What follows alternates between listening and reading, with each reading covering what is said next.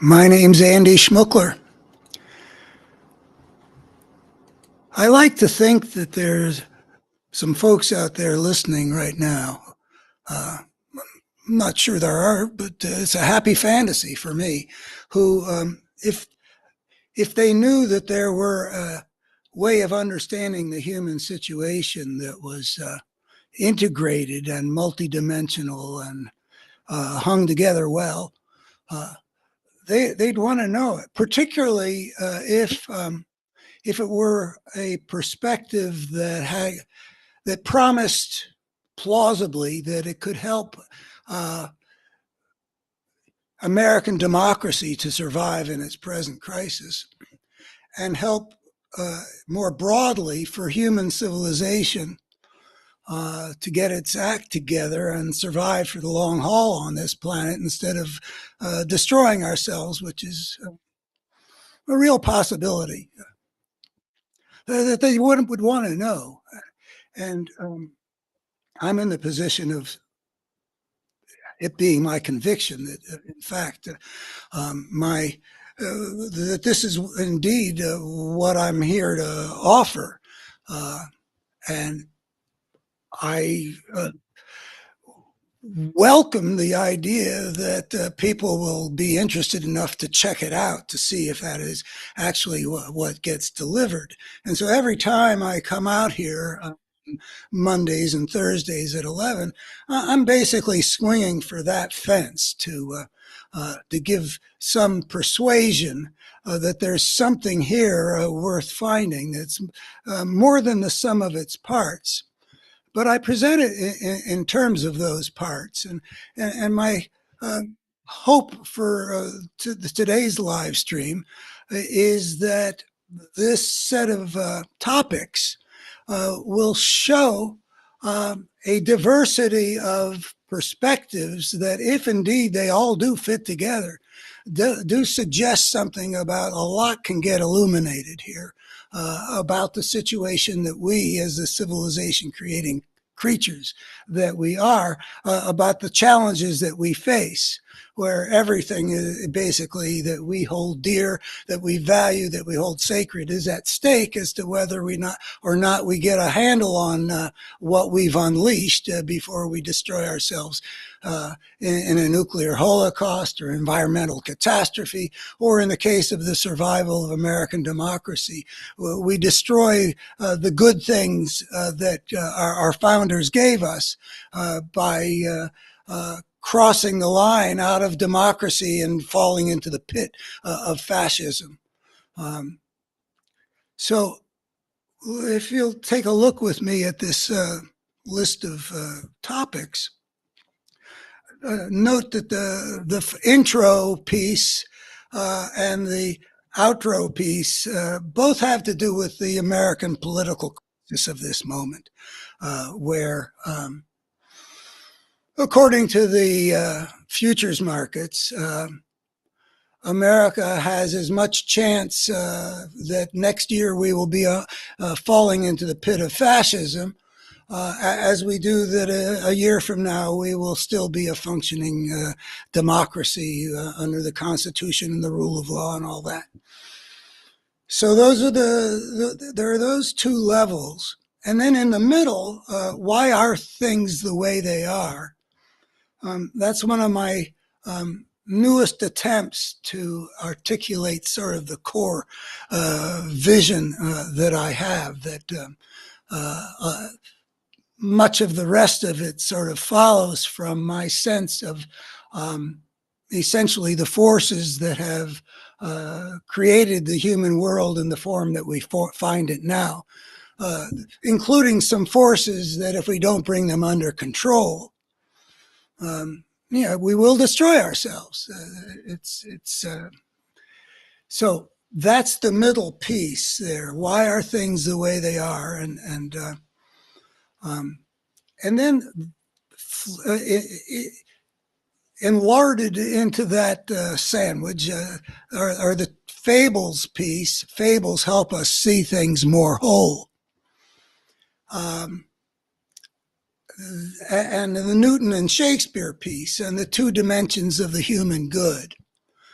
And both of those are ways of conceiving how these forces work, and what what the nature of human reality is like. And to me, the idea that it is important to see things whole is quite essential to the whole thing. And I have the belief, I have a strong belief that one of the central weaknesses in the consciousness of our civilization at this time is the lack of seeing things whole. That we see a lot of particular things in enormous depth and clarity, but we don't make a whole lot of the connections that need to be made to have the kind of understanding that we need to have. And I also think that to the extent to which I have failed over the last 54 years to get some important things out there, I think that an important reason for that is that there are obstacles in the way of seeing things whole attended to. That the habit of seeing things in pieces is so deeply ingrained in our times that something doesn't connect. Maybe it isn't even perceptible as a possibility that you could see things whole, that you could see things in a way that was valid in terms of the social science. And that's basically what, the world trained me to be. My economist father and my studies at the Harvard, the University of Chicago, Yale and UC Berkeley is all about being able to see things whole in a social, scientifically responsible fashion. That's what I got brought up to do. But seeing things whole in a whole lot of other ways. And let me just stop at that and say, if you are one of those people, I like to imagine that would go for it if it were really there to be had, I invite you to take this trip with me. I know it takes a long time. I don't know, like at least 2 hours is sort of my commitment. But you can come and go from this thing and resume it, and to watch the whole thing and ask yourself, geez, what does all this suggest about what might be available? Yeah, just like that. Okay, so let me see. How do I turn this off? That's what I do. I don't make claims to be the master of this medium, by the way. I'm very eager to be frank about my limitations. What I don't know, for example, because, well, first of all, it's a major value that I was brought up with. Socrates, he's the guy who knew that he didn't know, and that's why he's, but also because in my case, I actually do think I do know some things that are important, and I make these big claims about it. And I can imagine, especially in this time where we've seen a leader get up and say, I alone can fix it, and all that other kind of messianic garbage that we see out of a malignant narcissist. People, but anyway, I feel confident when I make these claims, even though I realize their implausibility. But I also am very focused on all the stuff that I have failed to understand. Most frequently, I talk about my failure to understand a whole lot of my countrymen and the people among whom I live in the Virginia Shenandoah Valley, who I got to know in the 90s as really wonderful people. And I've watched some transformations take place, and I just don't understand quite how it was possible. And I keep on trying to understand. So intellectual honesty was something you had to embrace as a value if you're going to grow up with my dad. It's kind of fun to sort of recall the way Dad would put you through your paces. And the quest for the truth is really the name of the game, and it has to be conducted with honor. It was the deal. But anyway, so let me get started with one of those pieces. Okay, those who know that Donald Trump must not become president again have but one sensible option. And this is a piece that's appearing on, it will be appearing on Daily Kos, but it's also a piece that I will be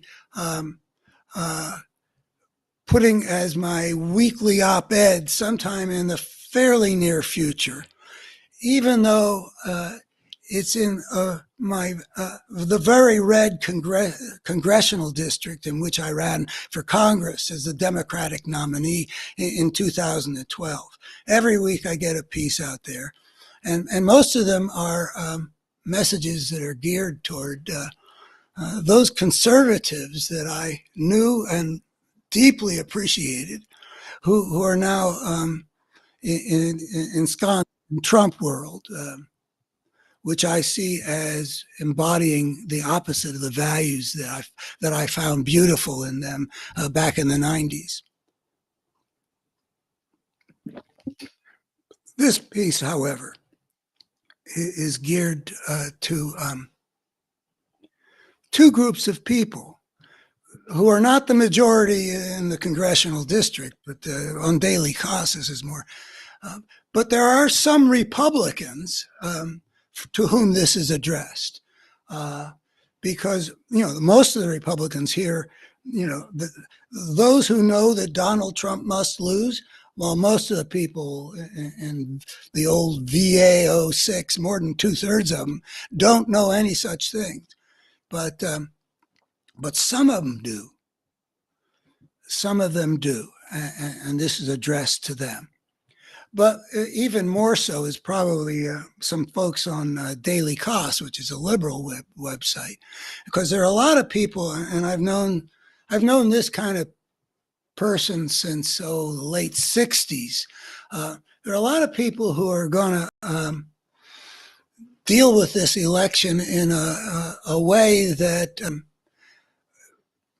might forfeit their ability to defend American democracy. Because they're going to vote their conscience or something like that. And I want to address that way of thinking, which I've seen, for example, back in the year 2000. You could say that people who voted their conscience were in some way responsible that we got the Iraq War, which they hated. And that's, there's a lesson there. So anyway. Let's see how I introduce this here. I start here with the premise that my audience already understands that the most important thing about this election is that Donald Trump must not be given again the powers of the presidency. And I'm addressing those two groups because I can see them on the way to making some kind of mistake, a different kind of mistake for those Republicans than from those sort of on the vote your conscience left. But the common result is that it will diminish the chance that American democracy will survive this current political, moral, spiritual crisis in America today. Hence, this piece has my best effort to persuade them to avoid that mistake and to use the political power of their vote to most effectively help the good defeat the evil. And by the way, the idea that there's a responsible, secular, intellectually entirely defensible way of talking about good and evil is part of what my Better Human story, I think, provides. There are two coherent forces that can be identified that behave like good and evil have traditionally been understood, and it illuminates the nature of the human situation to recognize the centrality at the heart of the human drama of this duality of forces that the religious perspective somehow apprehended.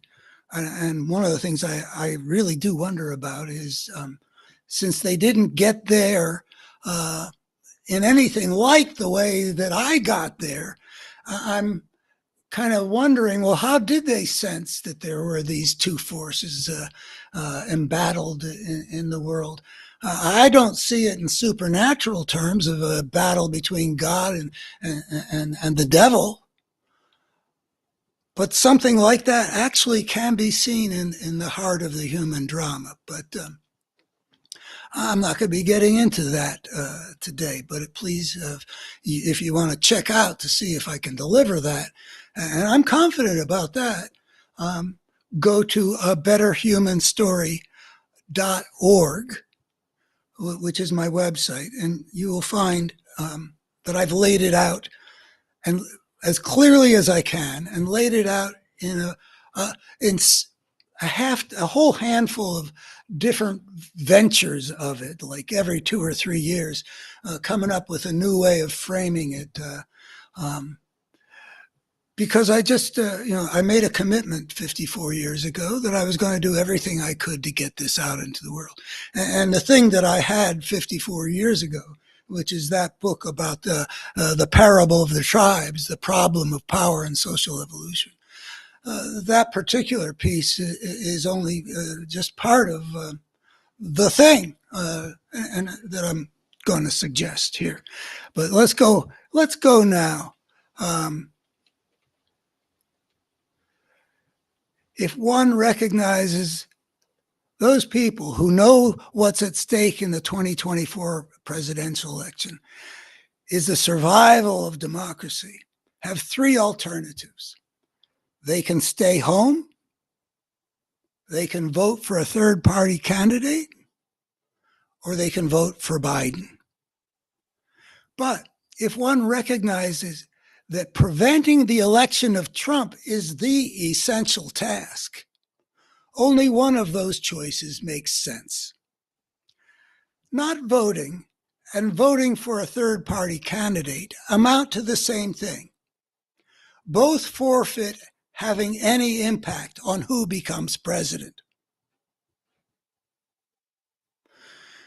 I don't know if I should have put this sentence here or not, but who becomes president? And the central truth here is that there are only 2 people who have any possibility of becoming president. That's the situation. There are no third-party candidate has any chance at all that he or she will become president. 2 groups of people seem most likely to forfeit their ability to have some say on the outcome. I said this earlier, but repeating.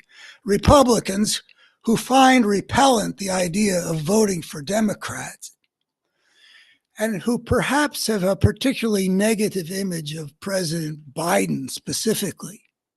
And for those people on the left who object to Biden because he's too centrist in general or in disagreement with some Biden policy in particular, like Biden supporting Israel during this Gaza crisis, and who entertain the idea of voting their conscience by voting for a third-party candidate who represents their political values more fully than Biden does.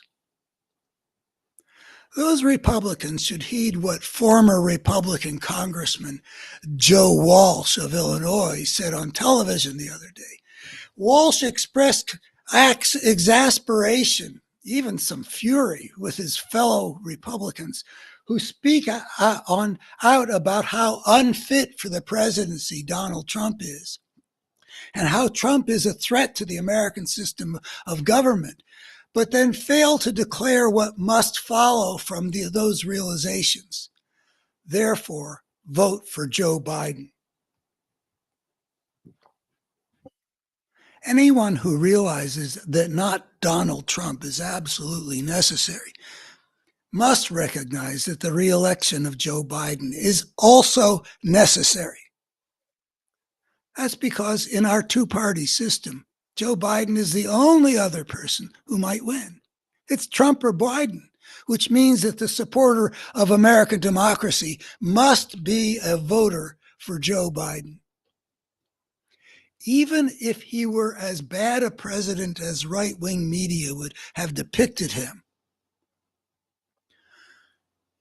and he's not, by a long shot. He's actually got a pretty respectable record. But putting that aside, even if he were as bad, we know his victory in 2024, unlike Trump's, would leave us assured that the United States would have another election in 2028. If Trump's defeat is essential, our moral obligation is to maximize our contribution to achieving that task. And voting for Biden has twice as big an impact for that purpose as simply not voting for Trump. The same applies to those on the left who would vote their conscience by voting for some third-party candidate. The folly of using one's vote that way, when the candidates of the two main parties are different in some morally consequential way, as is certainly the case this year, was demonstrated by the election of 2000. Now, I alluded to that a little earlier. The outcome of that election, of course, ended up hinging entirely on Florida. Ralph Nader was the progressives' third-party temptation that year, and Nader took more than 97,000 votes in Florida. Had those Nader voters instead voted for the candidate they preferred among the two major party candidates, the only ones who had any conceivable chance of becoming president, Al Gore would have won a clear victory in Florida. And thus, Al Gore would have become president. But those people voting their conscience, as they would put it, made George W. Bush, president instead. But conscience should include taking responsibility for the consequences of one's actions. In this case, actually, according to my moral philosophy, consequences are pretty much the whole ball of wax.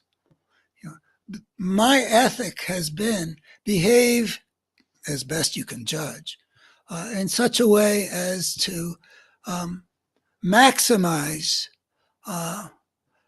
how beneficial the impact will be on the world around. That's my moral standard. It's a position called consequentialism.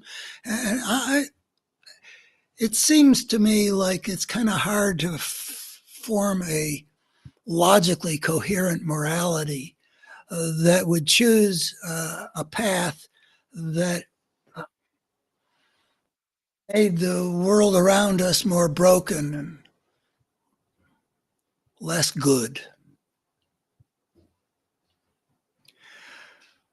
Conscience should include taking responsibility for the consequences of one's actions. Not just include, what I was saying. It should focus on that. In this case, the consequences of those people voting for a candidate who had absolutely no chance of becoming president, I'm talking about Ralph Nader here, was huge. Maybe I can take a little digression here about Nader, or maybe I should be more disciplined. Well, anyway, Nader was such a, it's sort of a portrait of a human tragedy, I think, though I doubt he recognizes it. But Nader's role in our world has been heroic so much of the time, from the 60s and unsafe at any speed. And he's just been, a hero. And my wife in that picture over there. Let me just check in on this and make sure that it's looking okay. Okay. My wife, who's in that picture, devoted her post-college, her choice for what to do as an altruistic human being that she is, to do what's good in the world. And she worked for in the Nader organizations on a national basis. And here he gave into the lesser part of himself. At this point in 2000, Nader had asserted that there isn't a dime's worth of difference between Bush and Gore. And I really don't believe he believed that. I think he was letting his resentments sort of saturate his worldview. But the difference between Bush, who launched an invasion of Iraq, which proved disastrous for the United States and the world, and Al Gore, who strenuously opposed that decision, could hardly have been greater. With Trump versus Biden, the stakes are even more profound. Voters will decide between democracy and fascism.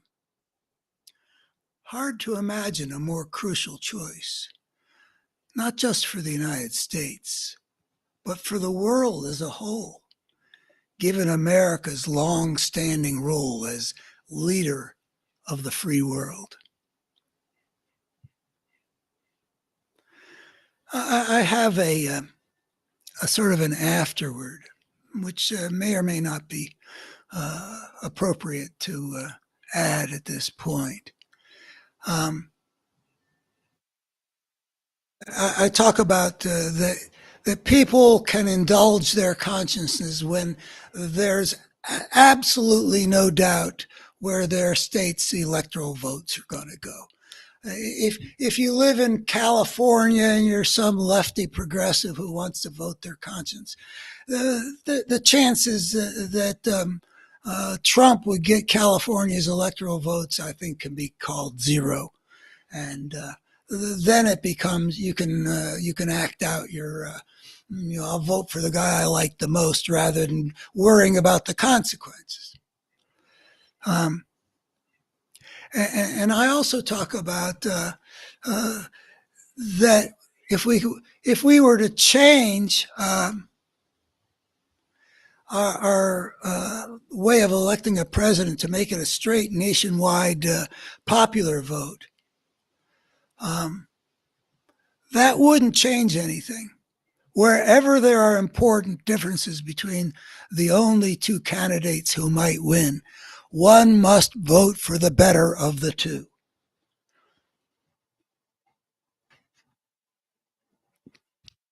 Call it the lesser of two evils if you want. But the only important thing about Biden in this election is that he's the only option we got in terms of defending American democracy. That's the point I would want to get across to conservative Republicans, some of whom I know, and I don't have the feeling that anything I could say to them would persuade them to vote for Biden. I'm not. I know that these friends of mine don't want to be associated with Trump, but I don't know how profoundly they see what all that Trump represents, and therefore all that the Republican Party that has become so grotesquely willing to do his bidding has become. I mean, we've never seen anything remotely like what we saw around Trump's trial in Manhattan, where even the Speaker of the House, the titular leader, the top-ranking elected Republican in the country right now, went up there to support the criminal. And then in the wake of a verdict of a legal process, which had been conducted pretty meticulously by the standards of American justice, and then without any evidence for them all to attack the verdict, and the whole thing is sham and politically motivated, it's quite obviously complete garbage, and one must assume that they know it, but they're willing to go out there and say this stuff like no political party ever did in the wake of a verdict that they didn't like. I saw on MSNBC some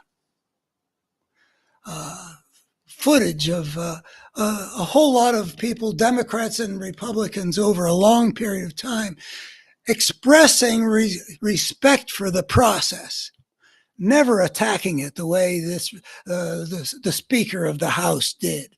with no basis. And this is all acted out right in front of our eyes.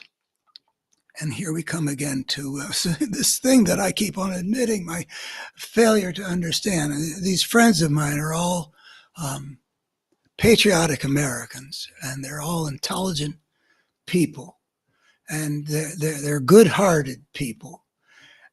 And yet I don't have any confidence that they recognize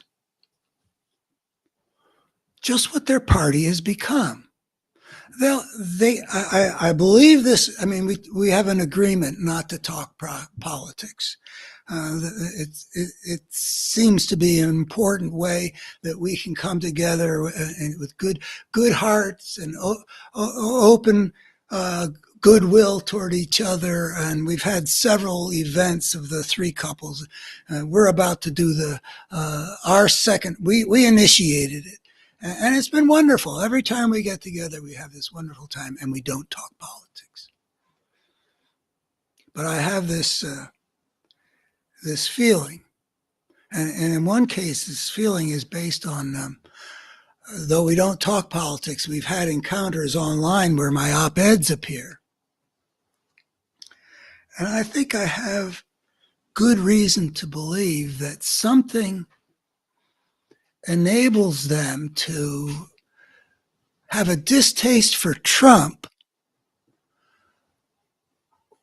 without recognizing that what they have a distaste for is the essence of what their whole political party has become.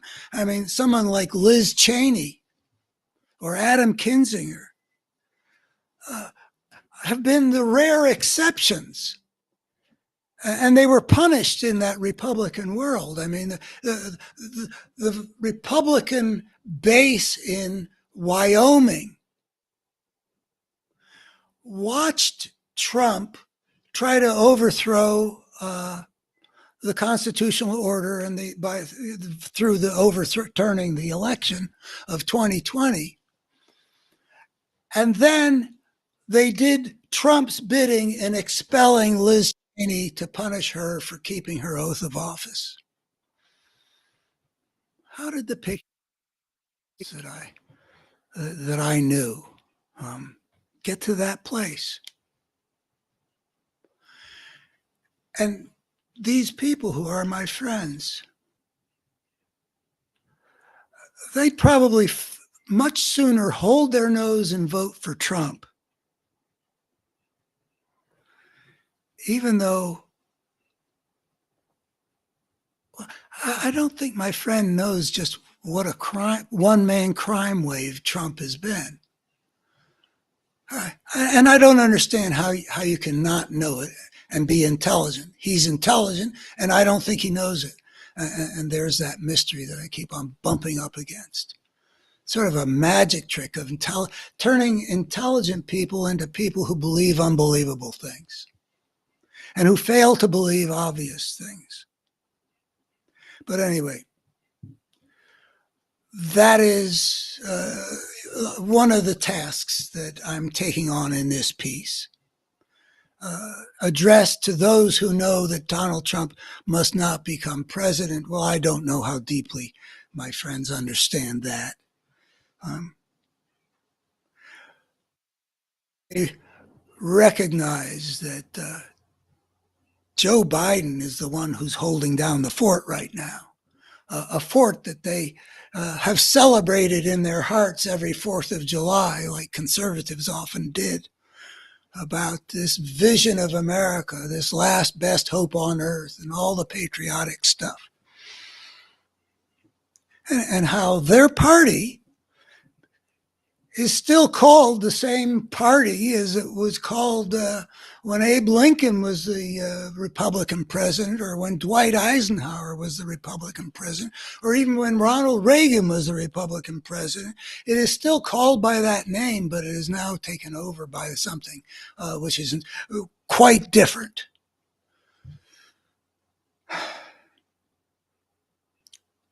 human psychology, which I've sort of pondered obsessively since I was a little kid. Um, just to brag for a second, I was awarded the Eric Erikson Prize by the International Society for Political Psychology. So I'm supposed to be good at this stuff.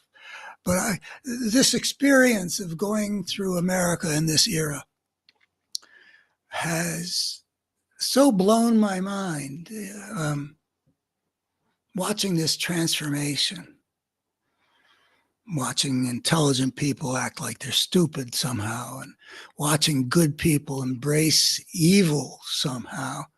It's just, I'm trying to grasp more fully than I have throughout my thinking life what a huge range of possibilities there are in human consciousness.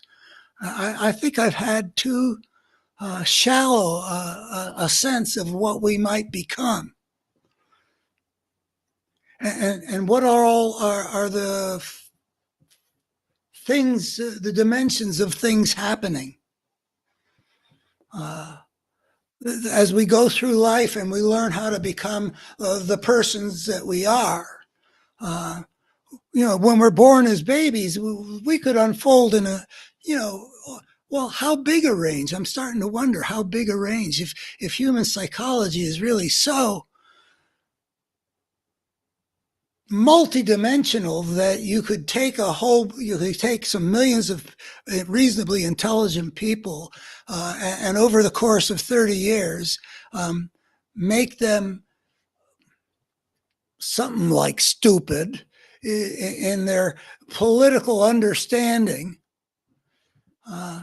If there can be something like that, boy, I strive to imagine what all there can be. I mean, maybe if I studied anthropology with that in mind, and entered more fully into like all the various hunter-gatherer tribes and the ways that they conjured the world.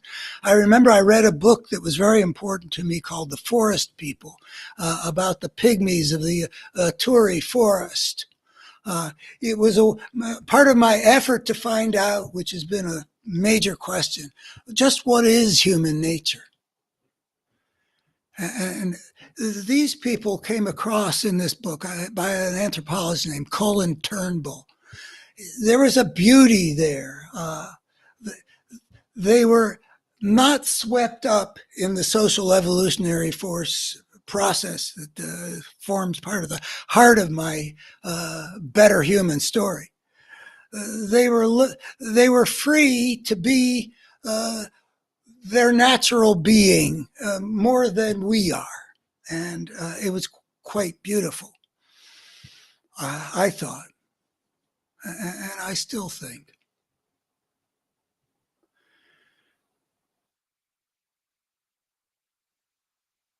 There are so many ways that the world around us shapes us into human beings, and it seems like a human being might be such a incredibly vast, multidimensional set of possibilities. The you know the baby that each one of us was born. What would be the best uh, of all the possible things, versions of a human being that they could develop into?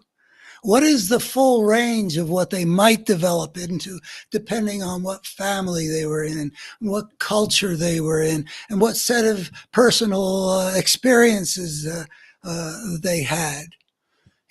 We come out with all these potential scenarios, and then we form ourselves by taking the path that we take, which is some mixture in which the world we're born into uh, compels us to deal with certain formative purposes, forces, to become who we are, which is why I regard the people out there in their state of consciousness, which I don't understand.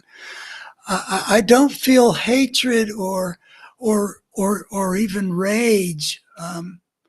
I I always feel, and I have an earlier video about why I don't hate Trump or anybody else. There, but for the grace of God, go I. I mean, we've all been shaped by the world, and right now we have a lot of Americans who have been shaped into something that's threatening the integrity of our country. But for the grace of God go I, is how I feel. I wasn't born into the family they were born into. I wasn't marinated in the cultural structures. I mean, I've spent a lot of time living here in Virginia, as I've spent a lot of time understanding the rise of the sectional conflict in the Civil War over slavery. I've spent a lot of time looking at how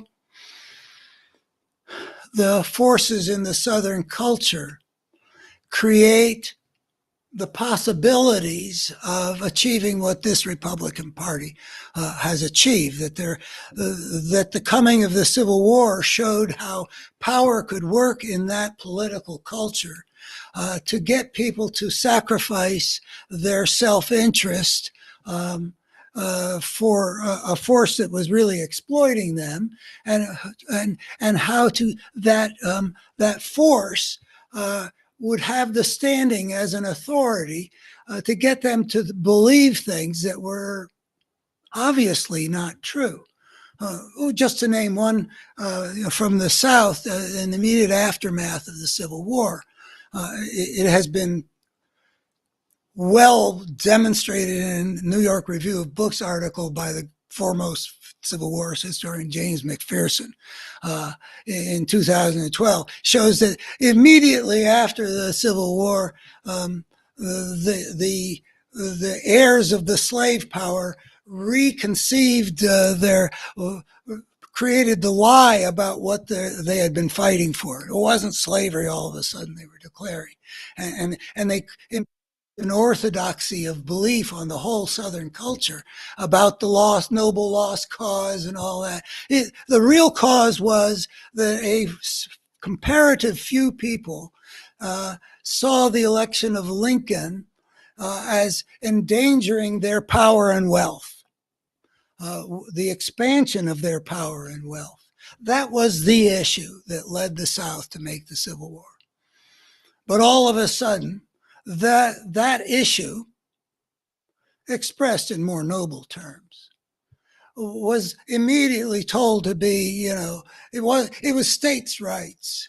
The people who had jammed the fugitive slave law down the throats of the New Englanders just years before are the defenders of states' rights. But anyway, something that resides in the culture there that makes it possible for a political force to say something which is manifestly not true.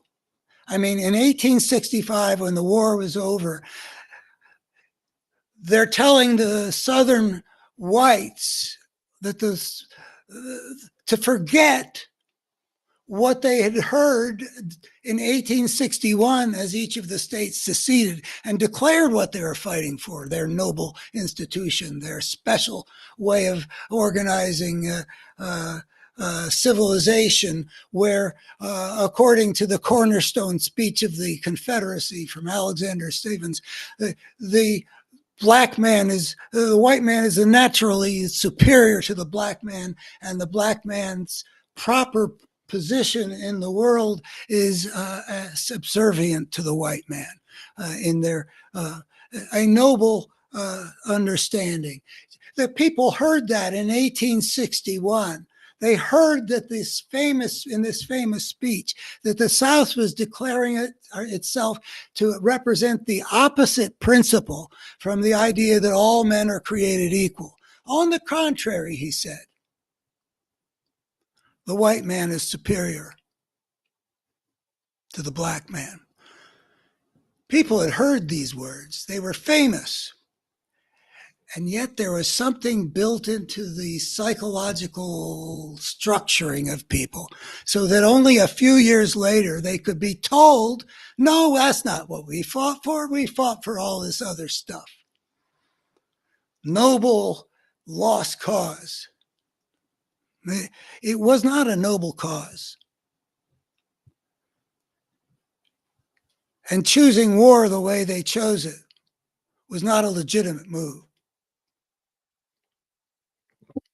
Yet they've become the heroes for a whole culture that has been, whose consciousness has been shaped to be able to buy things that are so obviously not true.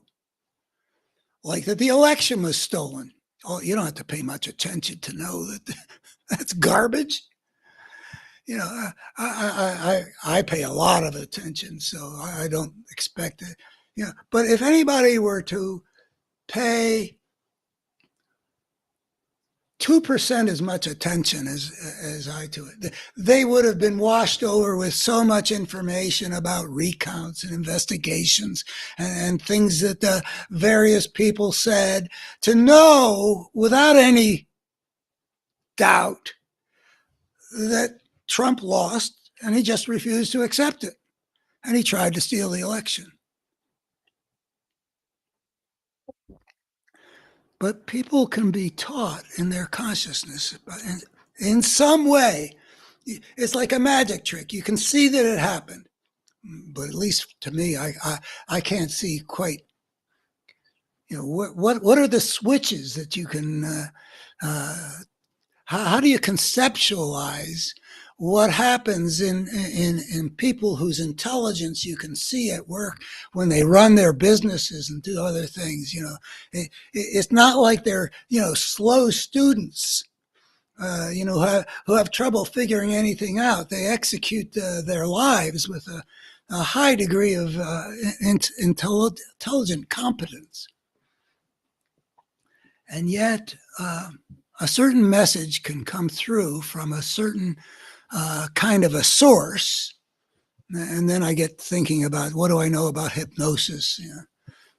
And the answer is, well, the hypnosis is another one of those clues to this mystery of what the human potential is. There is something in at least a lot of people. I don't know if it's only civilized people or if you could hypnotize hunter-gatherers too. I don't know. But there is a kind of relationship that in a lot of people can where the hypnotist somehow gains a position in the consciousness.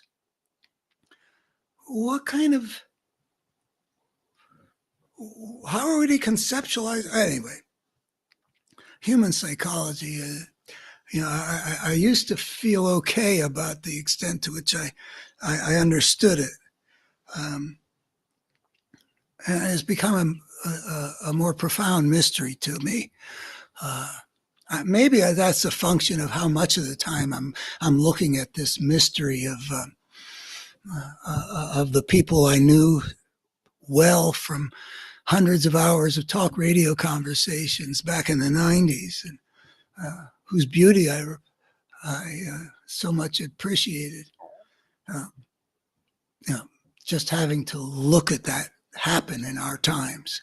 I never, you know, another kind of fun, humbling is that what's happened in America in the last 30 years in terms of the rise of to be in the situation we are in now. Like all you'd have to do is you know, look at what happened at, up in New York with those Republican Trump sycophants going up there to do his bidding while he's being found guilty in a legitimate trial of having committed 34 felonies, who had as their ultimate purpose uh, cheating in an American presidential election.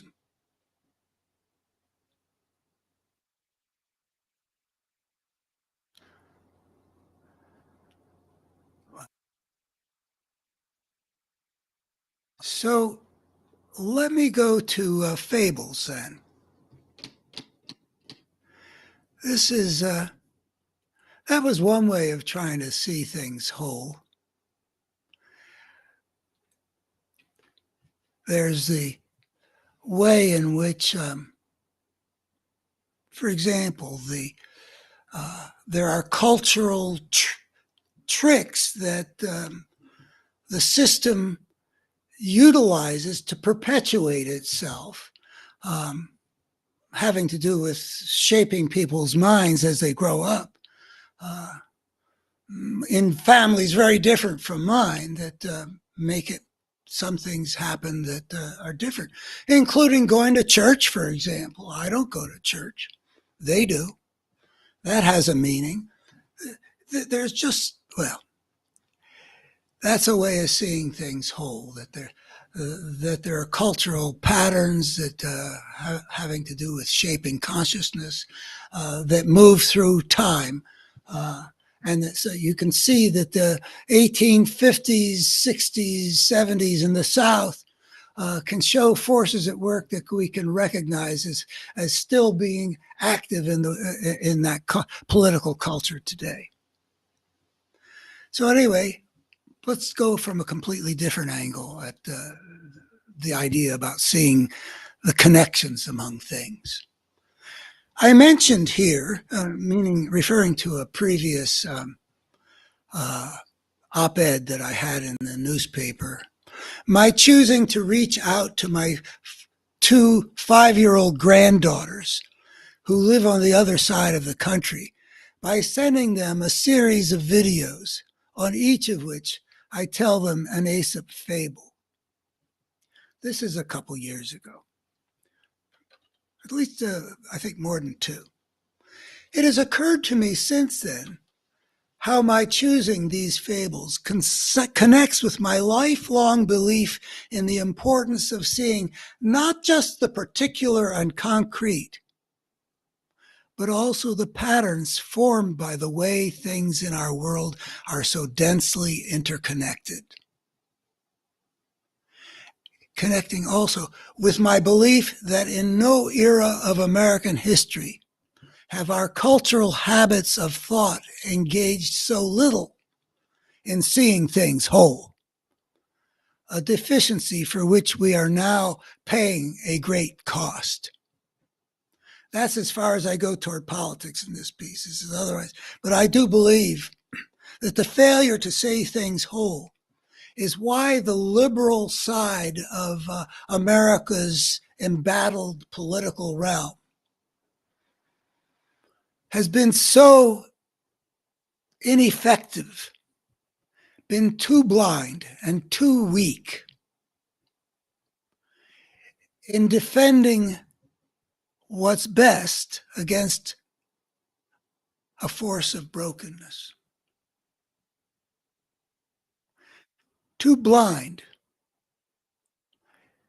is involved in not seeing things whole, not seeing all the pieces fitting together to show a phrase that is central to my thinking about destructive forces. A coherent force that consistently works to make the human world worse, or consistently works to make the human world more broken. And I say that if you can discern such a force, that is reasonable to call by the name of evil. Not necessary to, but that is a lot of what the force of evil has been conceived of in other, like, religious contexts. I mean, they may not use that language to describe Satan and his minions, but a coherent force that consistently works to make the human world worse. I claim that I can show it. And I claim that it is such a force we can see that has taken over the political right in America in this over the course of the last generation. And that they have been able to become so powerful because of the weakness of the other side of the political divide. It is a combination of the virus and the compromised immune system that leads to the disease that we're confronting right now, which I feel in my gut and in my head and in my heart that this kind of situation was unthinkable in Eisenhower's America or even in Reagan's America.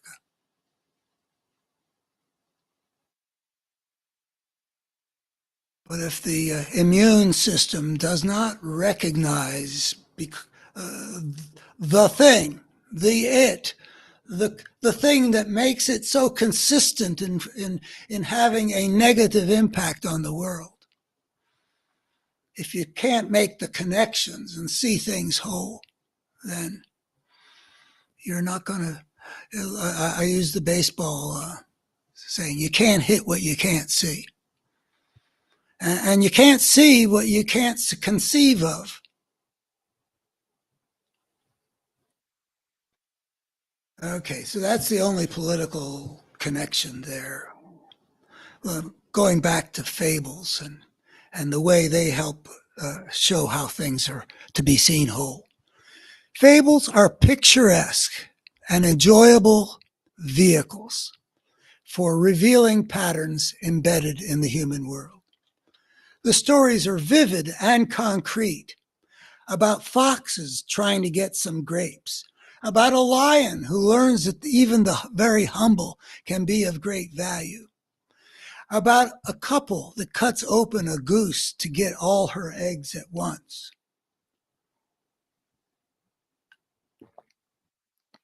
But what each story is about ultimately is some general pattern that explains situations having nothing to do with foxes or grapes or killing geese. The reason people still think of the little boy who cried wolf, applying that image to situations that have nothing to do with sheep and wolves, is that it captures a pattern about what happens when someone raises a false alarm.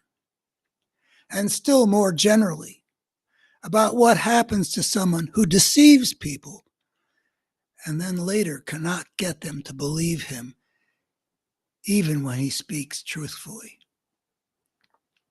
The fable of the goose that lays the golden eggs shows a general truth about the destructive nature of greed and the folly of tearing down good arrangements in the world that are already providing plenty, tearing it down out of an insatiable desire for more, for riches, for whatever. The way the various pieces assembled in the fable fit into a whole variety of situations that explains why Aesop's fables have entered into the language we use to talk with each other about the reality we live in. We don't need to be familiar with sheep herding to understand vividly when we hear someone speak about a wolf in sheep's clothing. That the fable provides a means of seeing things more whole is shown by this striking piece of evidence. The fact that in many editions of Aesop's fables, for the past couple of centuries at least, they provide a moral at the end of the story's conclusion. The moral boils the fable down to make explicit the generality that's part of the rich fabric of how things are connected. If I'm not mostly a fan of adding such morals to the story, I think we should all have to do the work of the assignment of discerning the pattern that captures some general truth about human affairs. The moral delivers the package. And yeah, maybe it depends on how many people would do the work of developing the package for themselves. How many people, if they heard the story of the goose that lays the golden eggs and how uh, they in their greed they end up with nothing. A story that's also told by another one of my favorite maybe fairy tales about the fisherman's wife and her greed. Each fable, by sketching a picture that's but a small piece of the still larger picture that shows all the connections among everything in our world, take us a bit further along that path of seeing things whole. A fable, properly told, is like a little gem, so crafted as to illuminate an underlying structure embedded in our human reality. And for that reason, the tale should be told with no padding. Anything unnecessary would obscure that structure. The fable is best told with not an extra word or an extra sentence, only what is required to reveal the essential pieces of the pattern. I have read collections of Aesop's fables that are retold, that add stuff that's in there to make it more like a television story. But that is extraneous. I like the well-cut gem. Sufi stories are like well-cut gems. Zen stories are like well-cut gems. They contain nothing but the basic structure of a truth that they're conveying. The story of the little boy who cried wolf could have omitted the way the boy laughed at the townspeople whom he has greatly inconvenienced by raising an alarm just to see them come out running. But that little piece is included because it shows something of the nature of the human being who treated his neighbors that way, about the impact of his actions on how people regard him. But we don't get anything about the color of the boy's clothes because it would just distract from seeing what's connected with what. In this quality, in being cut with a gem-like precision to show some slice of the wholeness of the human world, the fable has a lot in common with spiritual stories from the various religions of humankind. I think especially of the Sufi stories anthologized years ago by Idris Shah. That was back when I was spiritually a member of the counterculture and looking all over for what wisdom I could find. And Sufi stories and Hasidic stories, and in some ways especially the teachings of Chuang Tzu in the Taoist tradition, translated by a guy named Burton, added to, growing up in a biblical civilization in my quest for understanding. But fables also show in their way some spiritual truths. I mean, each thing that gets enacted, the greed of the couple that cut open the goose and everything, they are spiritual tales as well as they show something about how things work in the human world. What are the fruits of greed? Well, there's you end up with less. It is a pattern that is not chosen randomly. It's trying to impart a moral and spiritual lesson. So fables maybe belong right there in the column with the Sufi stories that have more of a supernatural affinity. But one could generate an anthology of stories from other traditions, like the Zen stories, the stories of Christianity's desert's fathers, the tales of the Hasidim. Martin Buber had an anthology of them that was important to me. Each of these also attempts to convey something about the whole, of a different kind of wholeness than the resolutely secular wholeness of those who live in this concrete world without reference to some sacred realm. It's all about seeing things whole.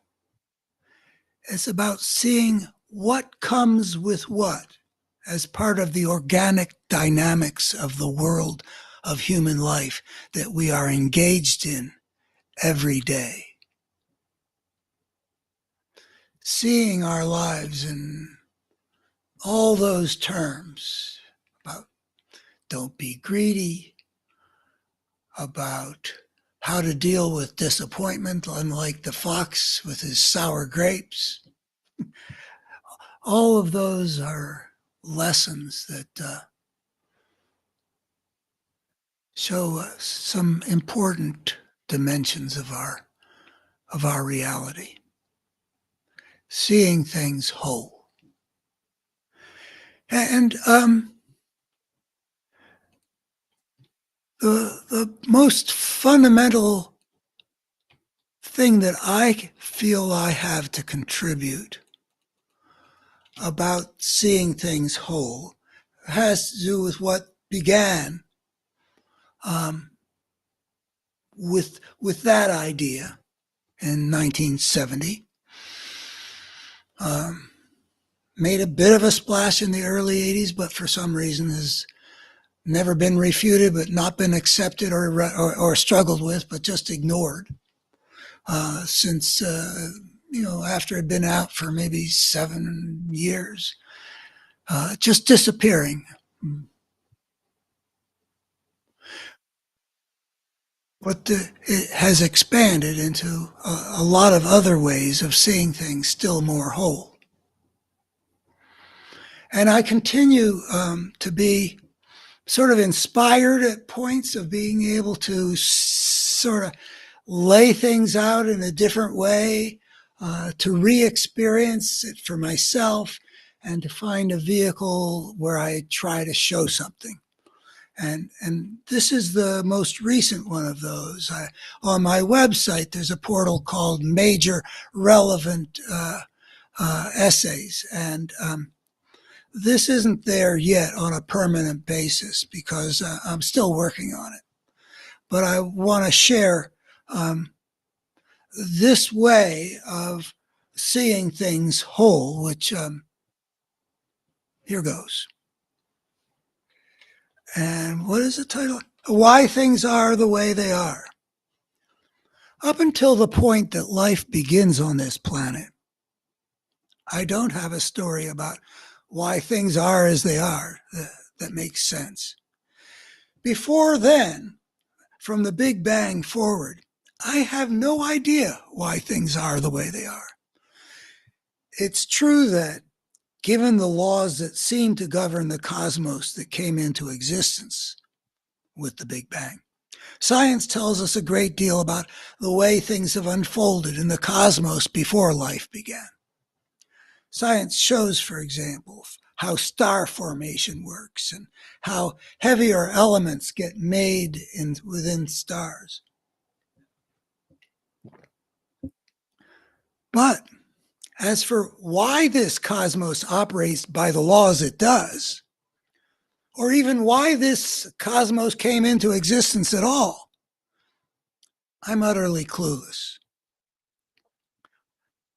At a certain point, however, in all that seemingly arbitrary, I struggled with that word. I mean, if I don't understand why anything is the way it is, does that mean the word arbitrary? All right.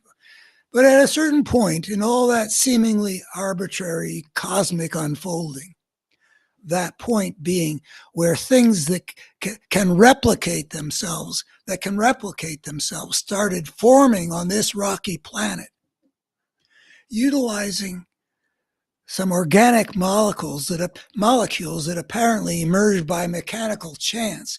And there's the mechanical, is that the right word? In the cosmos, even before the beginnings of life, there does emerge at that point a good answer as to why things are the way they are. Self-replication, part of the essence of life, the ability of entities to get versions of themselves out into the future, has clear and profound implications. What can self-replicate will gradually gain ground. Life, I use a capital L for life, will grow to be a larger part of what had originated as a lifeless planet. With the emergence of life, the way the story unfolds is largely governed by a game-changing process, an inevitably natural process called biological evolution. Whatever the initial mechanisms of self-replication, a process naturally emerges in which inevitably the future will tend toward whatever can survive to pass its design into the future. And at some point, the complex genetic blueprints that are encoded in DNA became the means by which life perpetuated itself.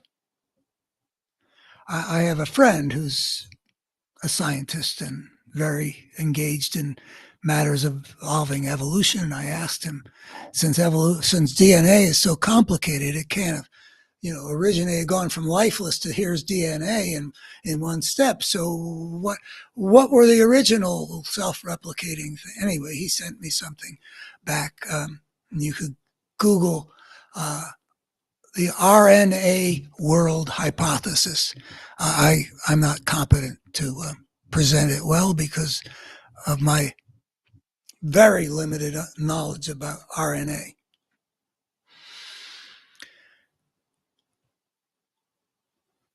And there's more than replication of what has been. Such blueprints are not 100% fixed, and variations emerge, and different lines branch out and form a diversity of species.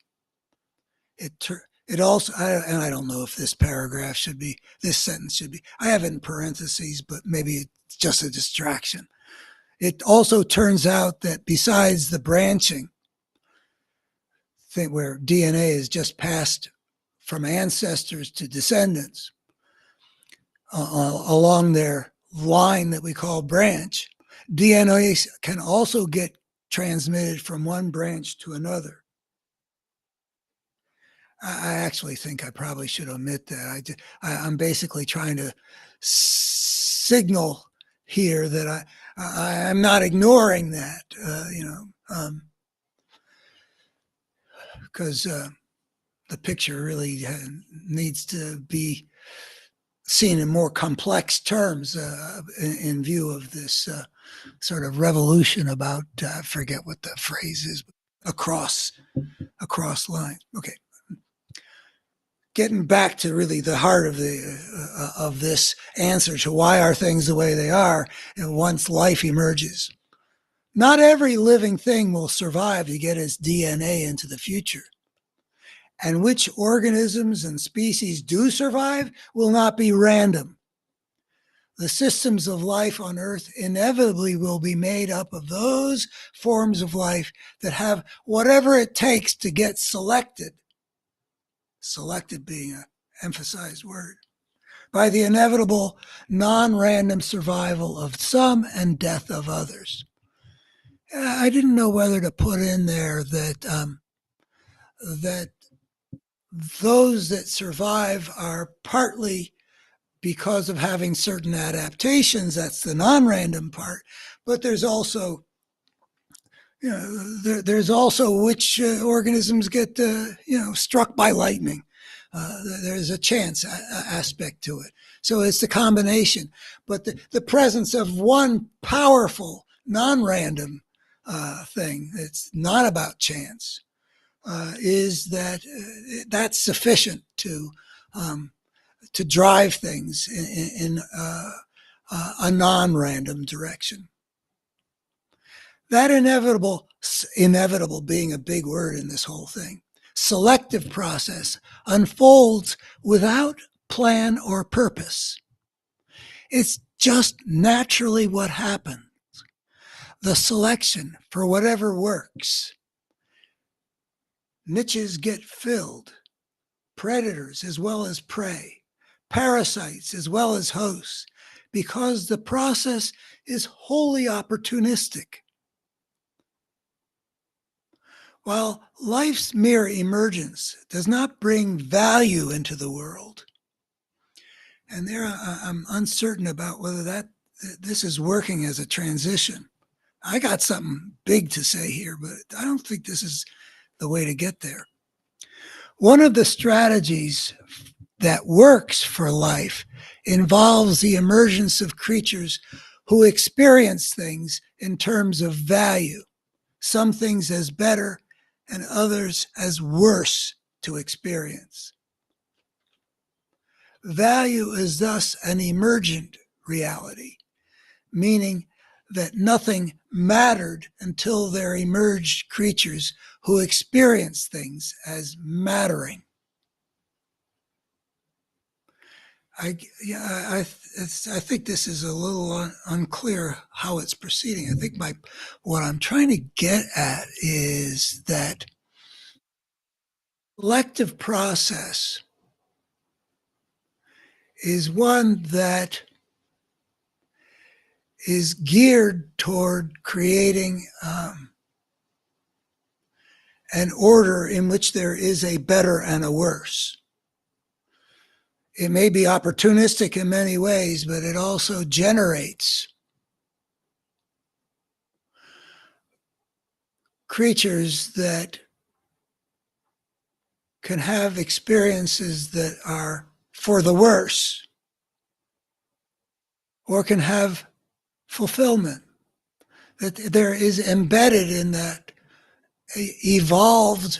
biologically evolved reality, the dimension of better and worse, because creatures with the capacity to experience things in terms of better and worse have come into existence.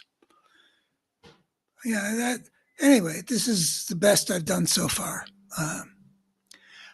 A process ungoverned by purpose, it just unfolds what naturally happens, nonetheless, inevitably, and here quotation marks, prefers life over death. What can survive over what cannot. The system that selects for whatever works inevitably creates an order that operates synergistically to make the evolving system of life viable for the long haul. That is what works. Thus, the relationship between predator and prey develops such that, for example, the predation of the wolf upon the sheep is part of the pattern of survival, not only for the wolves, but for the sheep as well. And such that the lion and the zebra and the grass are working together to create a virtual perpetual motion machine, even as they devour each other. Sometimes I like to point out why historically Darwin's perspective got seen in very, very much in terms of the competition, the struggle for power, the survival of the fittest, nature red in tooth and claw, having to do with the cultural environment in which it emerged in the second half of the 19th century, West, Europe and the United States. And that leading to that being the way that culture thought about things. But a failure to recognize that encompassing all of that was some larger wholeness. That, if you take a look at what we call the biosphere, And let's say if you go back before this climate crisis and find the biosphere in better health or something, and look at all the ways in which it is, things are functioning from the input of sunlight to the whole thing with photosynthesis and whales and predator, the whole thing, all of life on Earth, the way the whole system works. You see that there's an order that's continually being selected for because that's what works. And the failure to recognize the fundamental nature of evolution is actually not so much got to do with red and tooth and claw, but it's got to do with the creation of order, what can survive into the future over what cannot, at the level of the cell, at the level of the individual creature, at the species, at the ecological community, at the biosphere. The wholeness of the thing needs to be seen. Part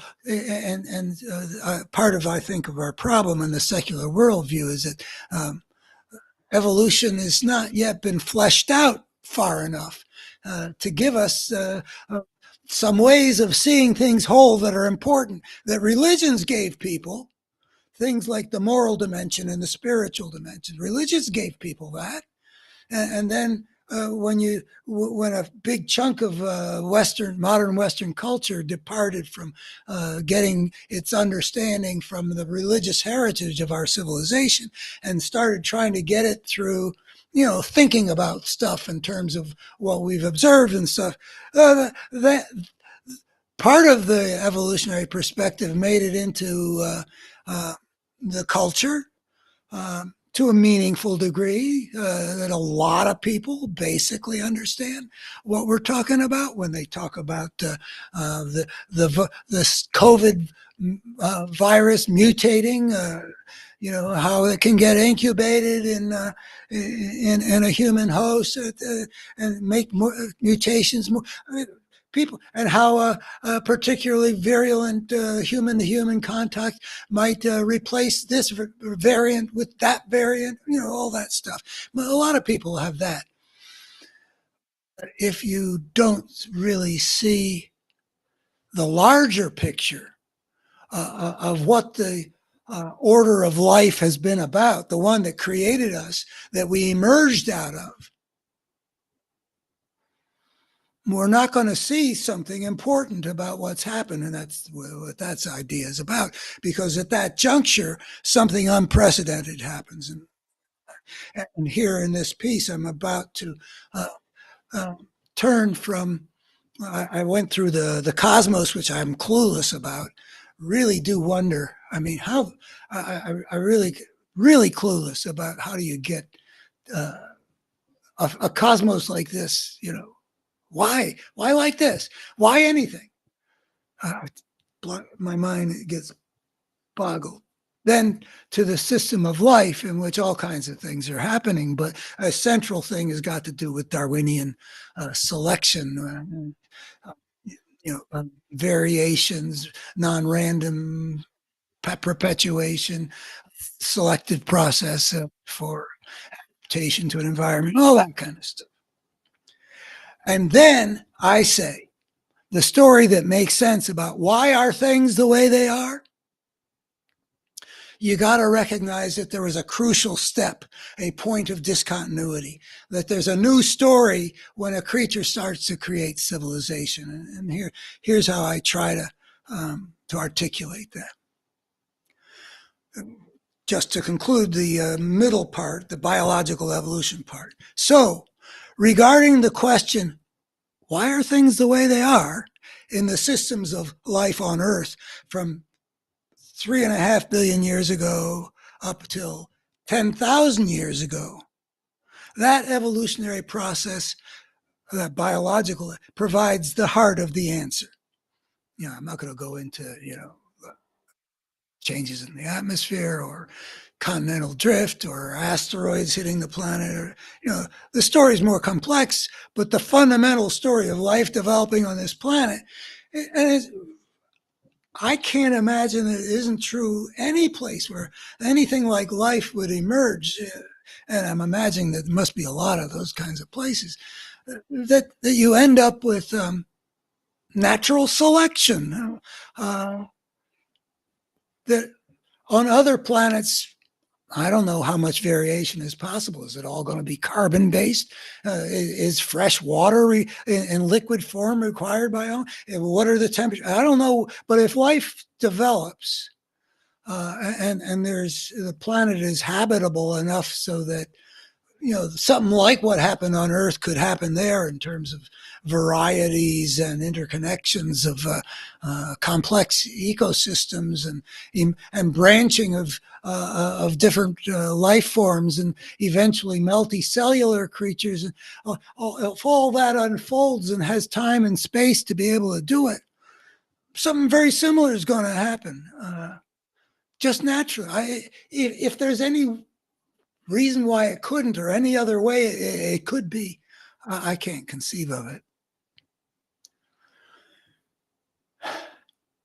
But then, that mere 10,000 years ago, after life had evolved on this planet for 3.5 billion years, in other words, we're looking at a timeline in which the rise of civilization is really like an Augenblick, just an instant, the blink of an eye, a new eruption of a wholly different kind, unprecedented, came a major new development, a point of profound discontinuity in the evolution of life on Earth. A new kind of life form that inevitably generates a new kind of systemic dynamic. That point of discontinuity was the emergence of a creature stepping onto the path of civilization. And the meaning of that, the way I propose that we should understand the crucial point, essentially departure point in the whole story of our species, is stepping onto the path of civilization, defined as those societies created by a creature that has extricated itself from the niche in which it had evolved biologically by inventing its own way of life. Long cultural history, I think, is probably inevitable. And then, but up to a certain point, in the case of human beings, pretty much for sure, and I think probably inevitably with any other creature that would start inventing it, extricating itself from the niche, there would take time to develop culture that was still profoundly continuous with the way that it had evolved even before culture became an autonomous force. Human beings domesticated fire. That was a big deal. I gather it made possible an expansion of the human brain, which made possible the further empowering of culture. And I think the tools probably became, but anyway, culture was developing, and then, but still, in terms of size, structure, and means of subsistence, they were like a primate band. And then there emerge new ways of human beings controlling ecosystems, for example, horticulture and gardening and herding. Anyway, they're off to the races. Okay, that's new. The civilized society that's been invented is the first life form not selected for by natural selection in the biological evolutionary process. There's no lion, zebra, grass kind of stuff going on there, because they have extricated themselves from the niche in which they evolved biologically and thrown into the pot all these things that they're innovations. This is the innovative creature. Other, maybe chimpanzees dipping a stick into a termite nest. Maybe that was an innovation at one point and got passed along the generations. I'm imagining that it is actually a part of chimpanzee culture to do that thing, that it isn't, hasn't been selected for as a pattern in chimps' minds. That somebody came up with it and it seemed like a great idea. And ever since, one generation transmits it to another. But we humans were the first ones to extricate ourselves from the niche in which we evolved biologically in fundamental ways. That unprecedented extrication creates an unprecedented situation. That unprecedented situation generated a new systemic dynamic. And that new systemic dynamic meant that a new answer would be required to the question, why are things the way they are? Biological evolution eventually generated a creature with that unprecedented level of created intelligence as would be required to escape from the biologically evolved order. But inevitably, that escape from order, meaning if any creature steps onto that path of civilization, inevitably meant descending into a new kind of disorder. The lack of any kind of order to regulate the interactions among the new kind of life, civilized society, lack of any kind of order like wolf and sheep, kind of order, meant that in the overarching system of such societies, a war of all against all was inevitable. There is anarchy and nothing to prevent a war of all against all. That's something demonstrable. That demonstrates it. My website demonstrates it. It's basically Hobbes's insight from the 17th century about the inevitable consequences of anarchy. Only some societies will prevail in such a war of all against all. In other words, if you grant that there's going to be a war of all against all, when you end up in a system where the interaction among the elements is not regulated by any lion, zebra, grass kind of order, if you concede that and recognize that therefore there will only be some that are able to prevail in such a war, and then the next step is which can survive will not be random. Here, we arrive here at the selection process, just like in biological evolution, but in a different situation. This inevitable struggle for power combines with the open-ended possibilities for cultural innovation and variation to unleash a powerful new kind of selective process. Only those cultural options that maximize their power will survive and spread. In other words, you've got this breakthrough that would appear to generate, like, we are no longer confined to this niche. We can go in all kinds of directions among human societies about how we're going to be in our consciousness and how we're going to be in our social structure and what kind of technology we're going to use. All kinds of things appear to be possible. And if you look at the anthropological literature, you can see that there are evidence that things went in a whole lot of directions. But if these different entities, civilized societies, are inevitably thrust into some kind of war of all against all, like a world we got where a Putin can invade Ukraine without anybody's permission, that only some societies will endure. And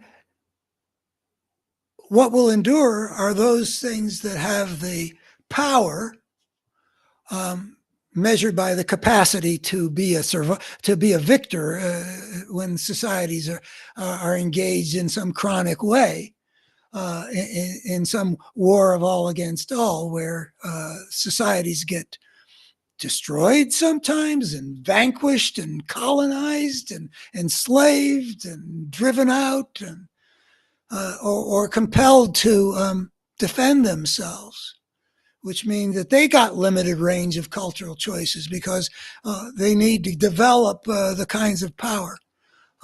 And that's what I try to show, is that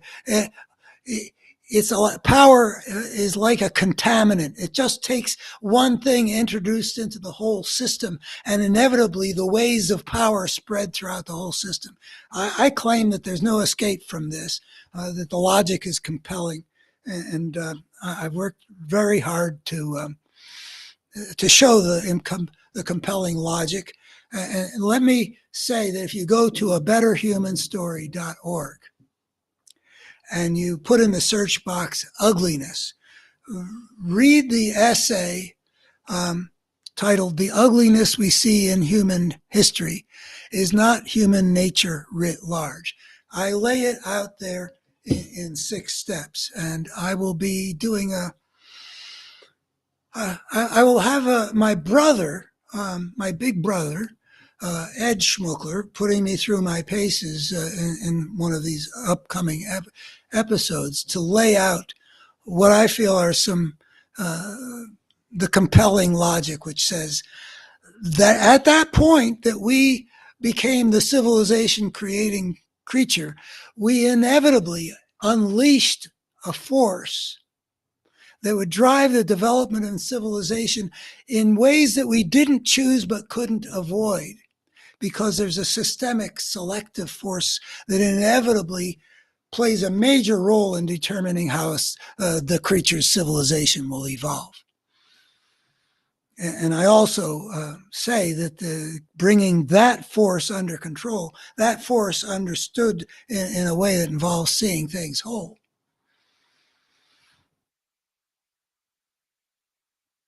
that it is that force that we must perceive is embedded in our world in a complex way, that has inflicted damage on our world and on ourselves, that needs to be made more whole as part of the process of how we're going to get from here to some destination generations hence, that I think we need to get to for human civilization to survive on this planet for the long haul.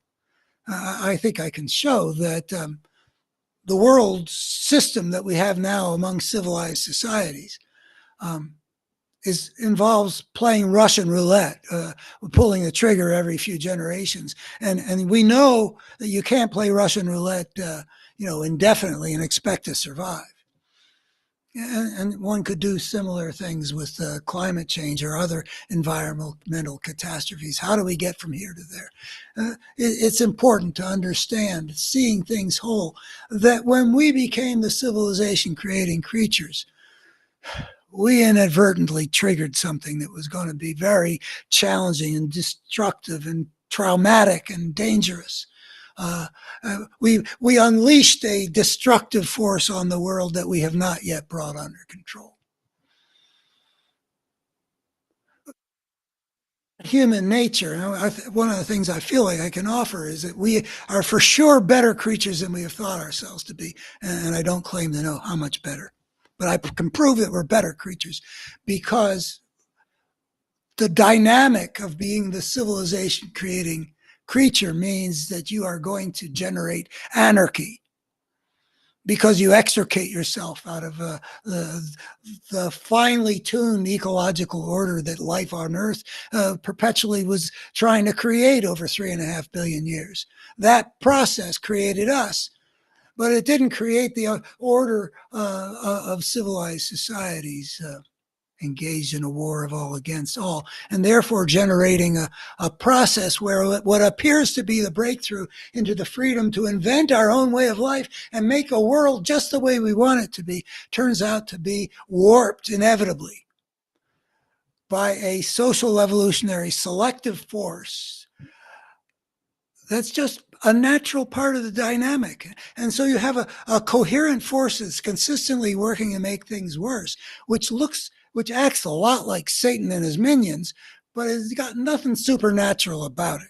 It's just got to do with, there's an evolutionary process. There was that cosmic evolutionary process that it makes no sense to me, whereby you went from a big bang to the universe as it existed, say, 4.5 billion years ago, and the Earth develops an orbit around our particular star, and the rest is natural history or something. And then you've got the evolutionary process of life getting a foothold on this planet and creating all kinds of creatures that are amazing things. I'm a big appreciator of trees. My wife and I walk along. We were in Charlottesville for a wedding this past weekend, and just a delight to see all these different kinds of trees and to know their names and some of. Anyway, what a thing this earth has created. And here we are in this civilization, which is a problematic thing for life to venture into.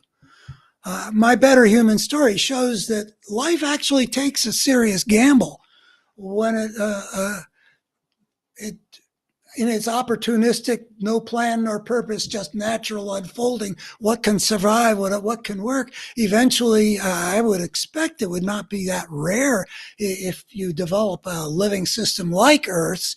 Eventually, in time, and you got billions of years, their creature will emerge that's got the creative intelligence to do what we did. And that's going to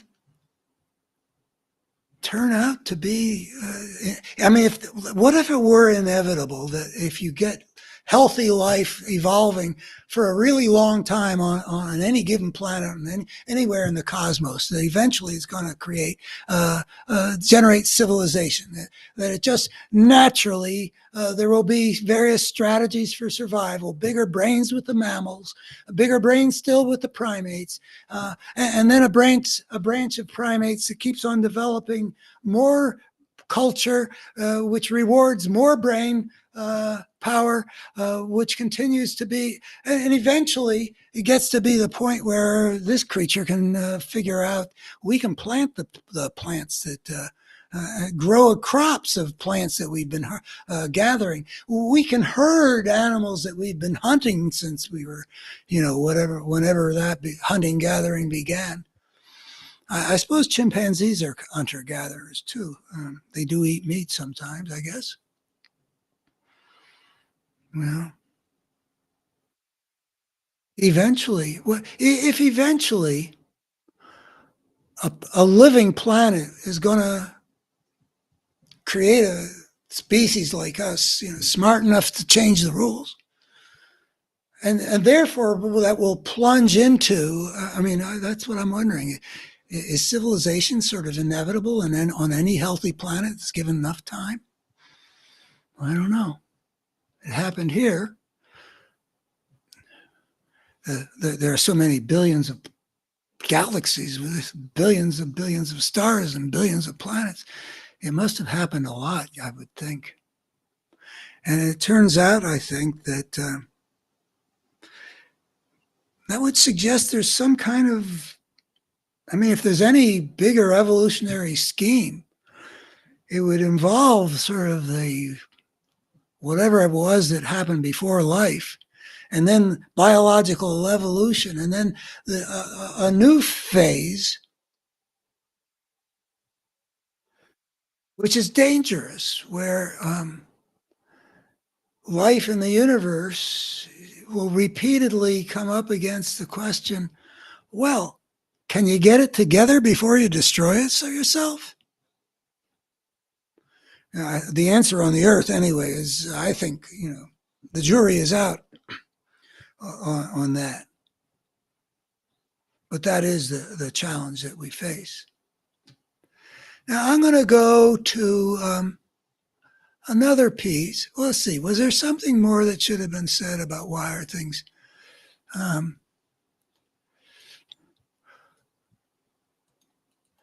So only those cultural options that maximize their power will survive and spread. Why are things the way they are in the history of human civilization? A big part of the answer is that inevitably there emerged with civilization a systemic dynamic that mandates that civilization will evolve in the directions of the ways of power, whatever enables a society to be a winner in an anarchic war of all against all. And in my work, both in all these media, I try to show that when you talk about the ways of power, that's pretty comprehensive. The power of a society to survive in a war of all against all over the course of the millennia has been the function of just about every dimension of a civilized society. And so the process by which non-random things get to own the future more, and non-random also which lose any place in the future, has to do with the selection for social structure, for economic system, selection for technology, selection for means of socializing the young, selection for ways of thinking even will affect the outcome of the war of all against all in different ways at different times in the development of civilization, but still non-random all around.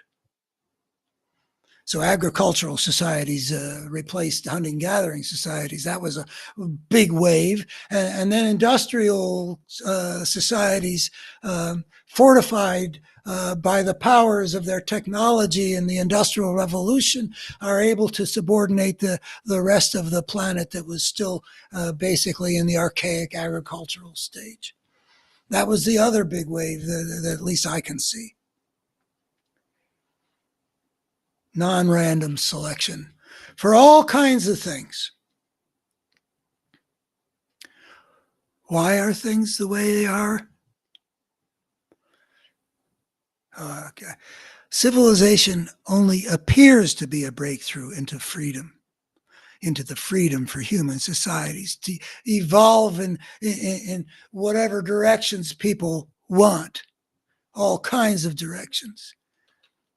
But the selection for the ways of power, growing out of the inevitable anarchy and its war of all against all, makes it inevitable that regardless of the nature of the creature that's made that breakthrough, the spirit of the warlord, or as I prefer to put it, the spirit of the gangster, which is the same thing, will get a disproportionate say in how that creature's world will develop.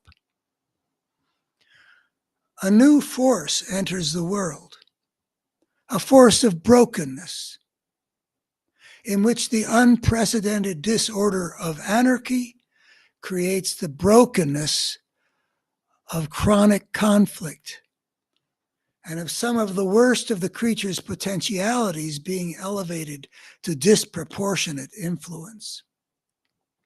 That's why I say the ugliness that we see in human history and in the human world that we see around us right now is not a clear picture into our nature as creatures. We're creatures who have been inevitably struggling with the consequences of our breaking through into disorder because we took an unprecedented step that on my website I call the fateful step. And you can open that portal on a betterhumanstory.org. one of my ways of telling that story, um, as well as I can lay it out, is found on under a fateful step.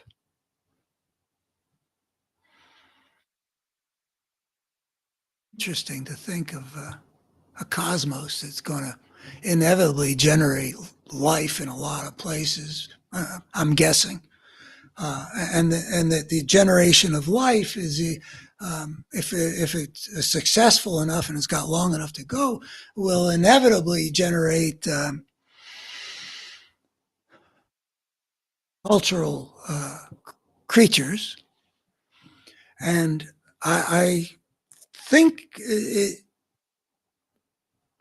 can be plausibly shown that if you're going to generate a cultural creature, there's something about the way culture works to feed upon itself. And maybe I should read that piece. The way culture is cumulative, and it involves the capacity to transmit, both to innovate and to transmit from generation to generation more and more, and sort of like better and better, by some criterion of better.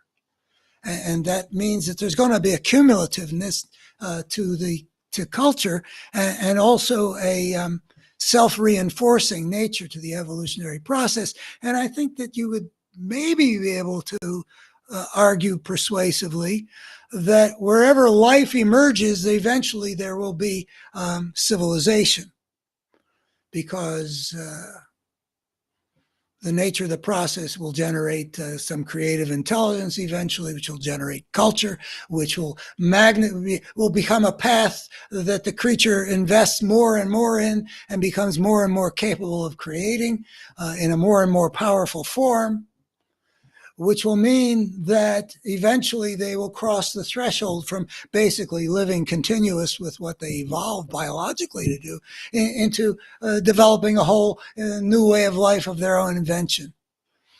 I can't quite see what would prevent any of those things from happening, but maybe I have a limited imagination there. It sure does make sense that eventually it would, if there was time enough.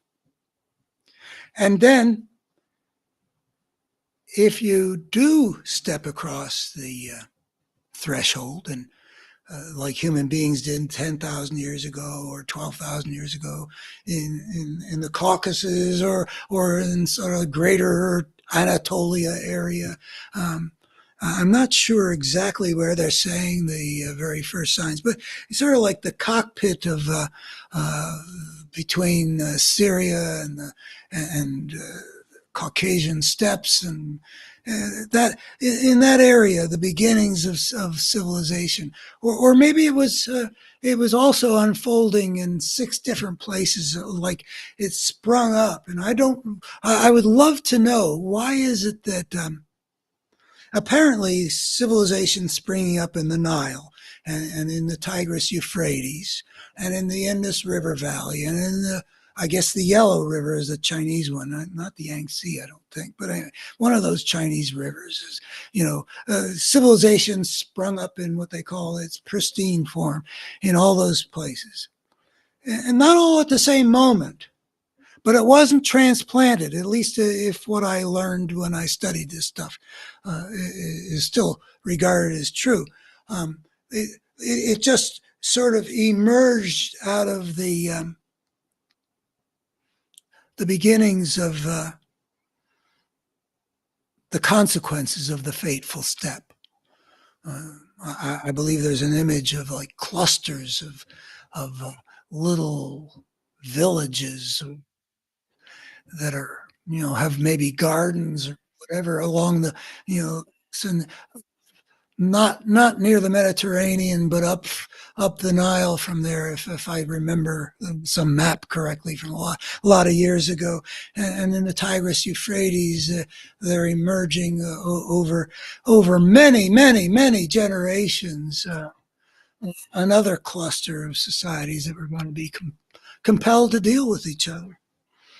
And I think that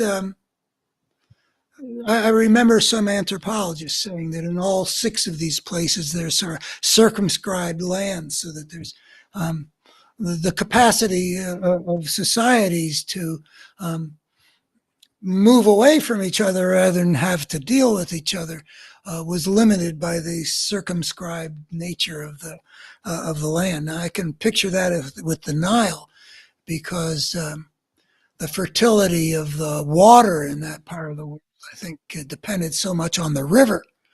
Um, you couldn't get very far from the river, if I understand the prehistory. It seems as though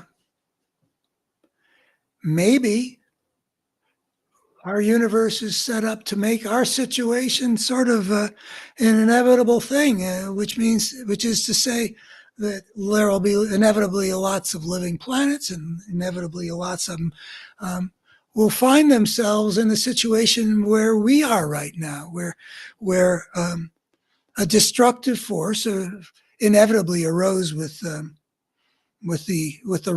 our taking that fateful step and creating a whole new system that's anarchic, a destructive force that may or may not get brought under control before that creature either overcomes that destructive force and creates the life-serving order that it needs to survive as a civilization, or it'll destroy itself. So I have a piece that I commend to your attention on that question called The Fate of Human Civilization. It's also in that fateful step thing. And it's got to do with that. I think it's probably a toss-up wherever life begins, whether civilization eventually destroys itself and maybe takes a whole lot of the rest of the living systems down with it, like we apparently could have in 1962 during the Cuban Missile Crisis. Okay, that's one. That's sort of my fundamental way of trying to see things whole. Why are things the way they are? Because if we look at the evolutionary process in a certain way, we can see that we've unleashed some forces that we still need to bring under control. Okay. Here's another way of seeing the connections among things. That's excited me. It's sort of integrated with the larger picture of that I just went through, but it's really not looking through that prism particularly. This has got more to do with, the title is Newton and Shakespeare and the two dimensions of the human good. And the big picture aspects of that are important, have to do with basically with recognizing of what does the human good consist. And that involves seeing things whole. Anyway, I'll see if I bring that off here. 40 years ago, in my first book, part of the power of reason lies in its public, objective nature. Its contributions are like building blocks, capable of being absorbed into mighty edifices. Then I drew a contrast. No matter how great a poem is, it is not so structured as to make it suitable for intellectual system building.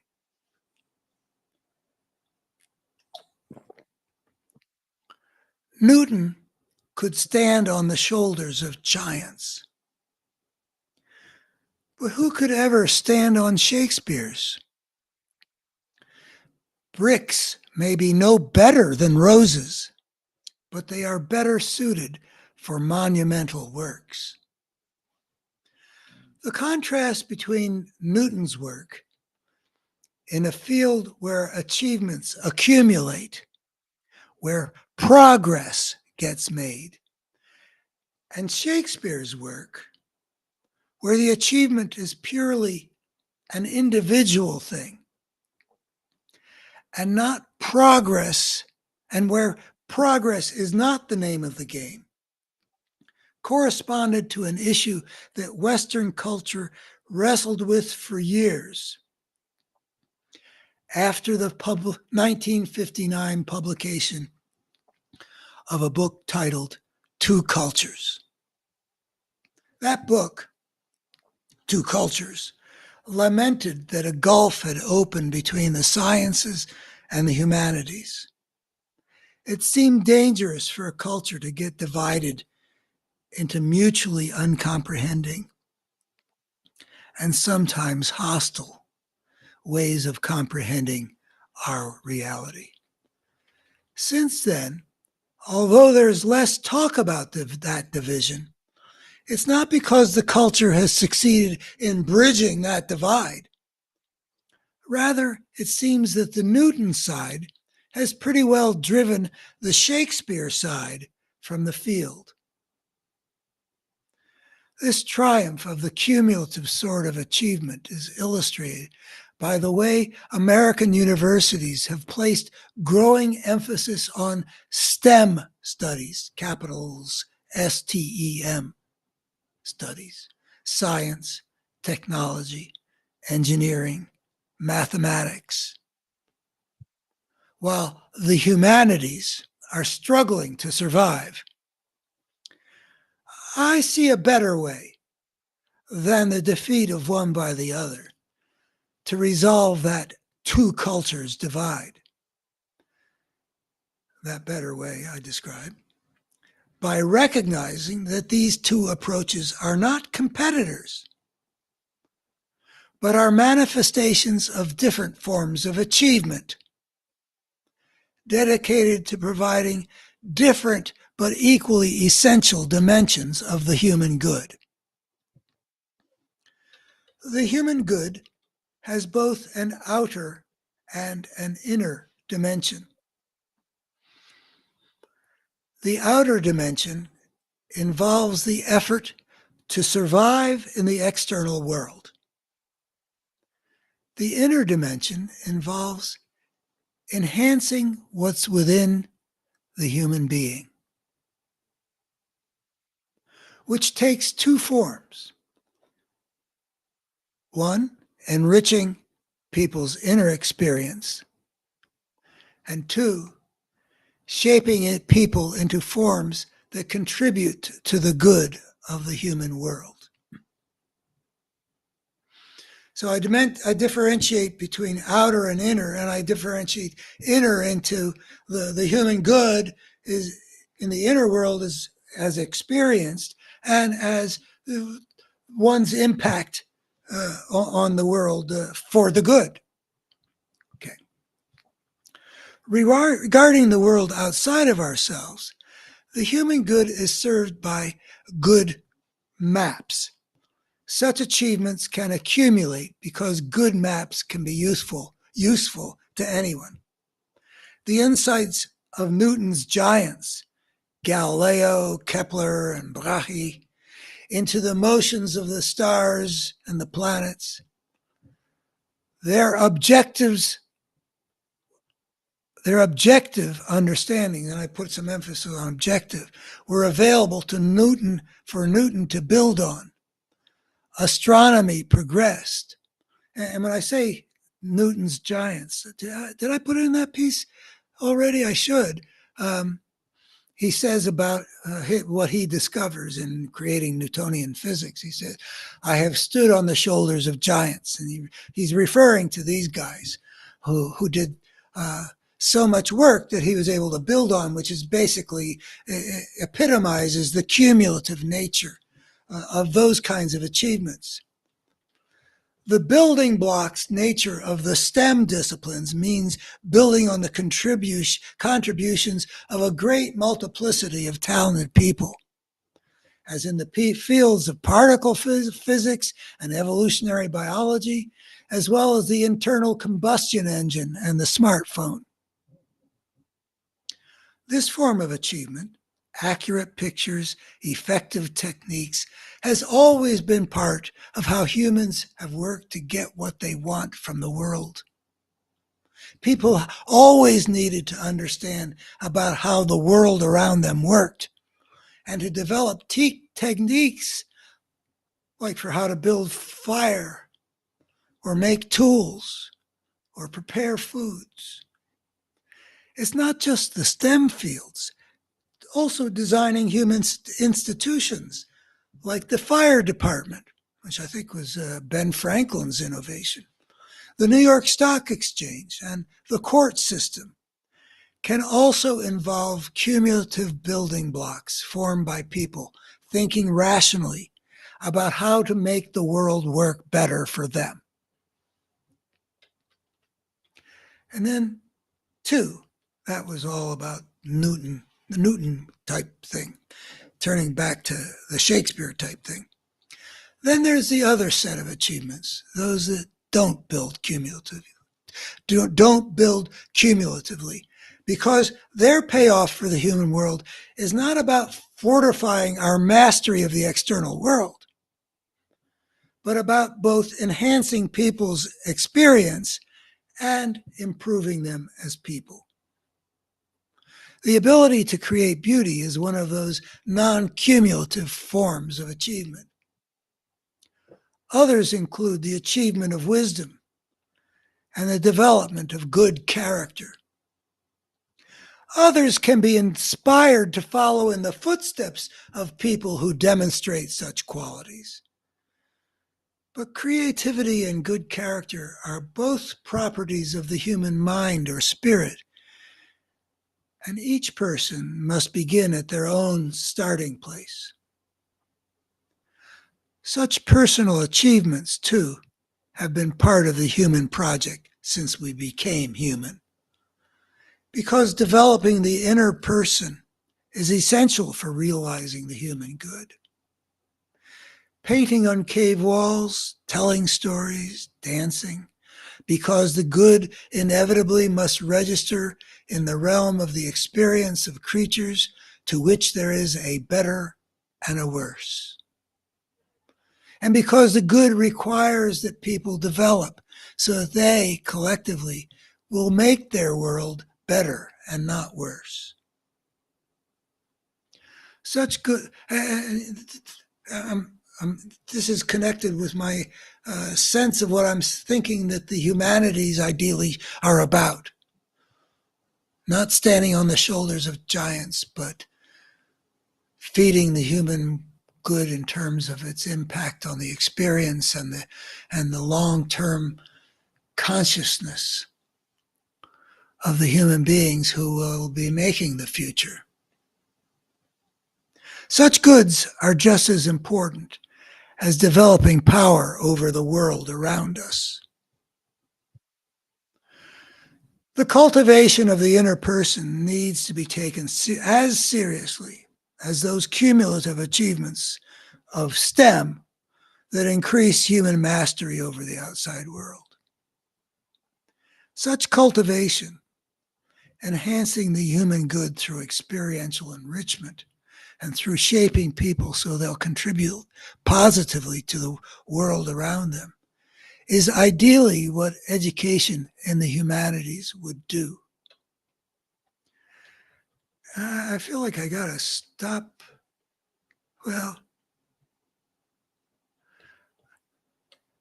it does not appear obvious yet empirically, I don't think, that humanities as taught has that latter ability to make people better.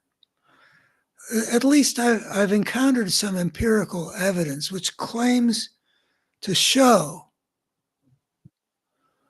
that people who have, let's say, delved deeply into meaningful literature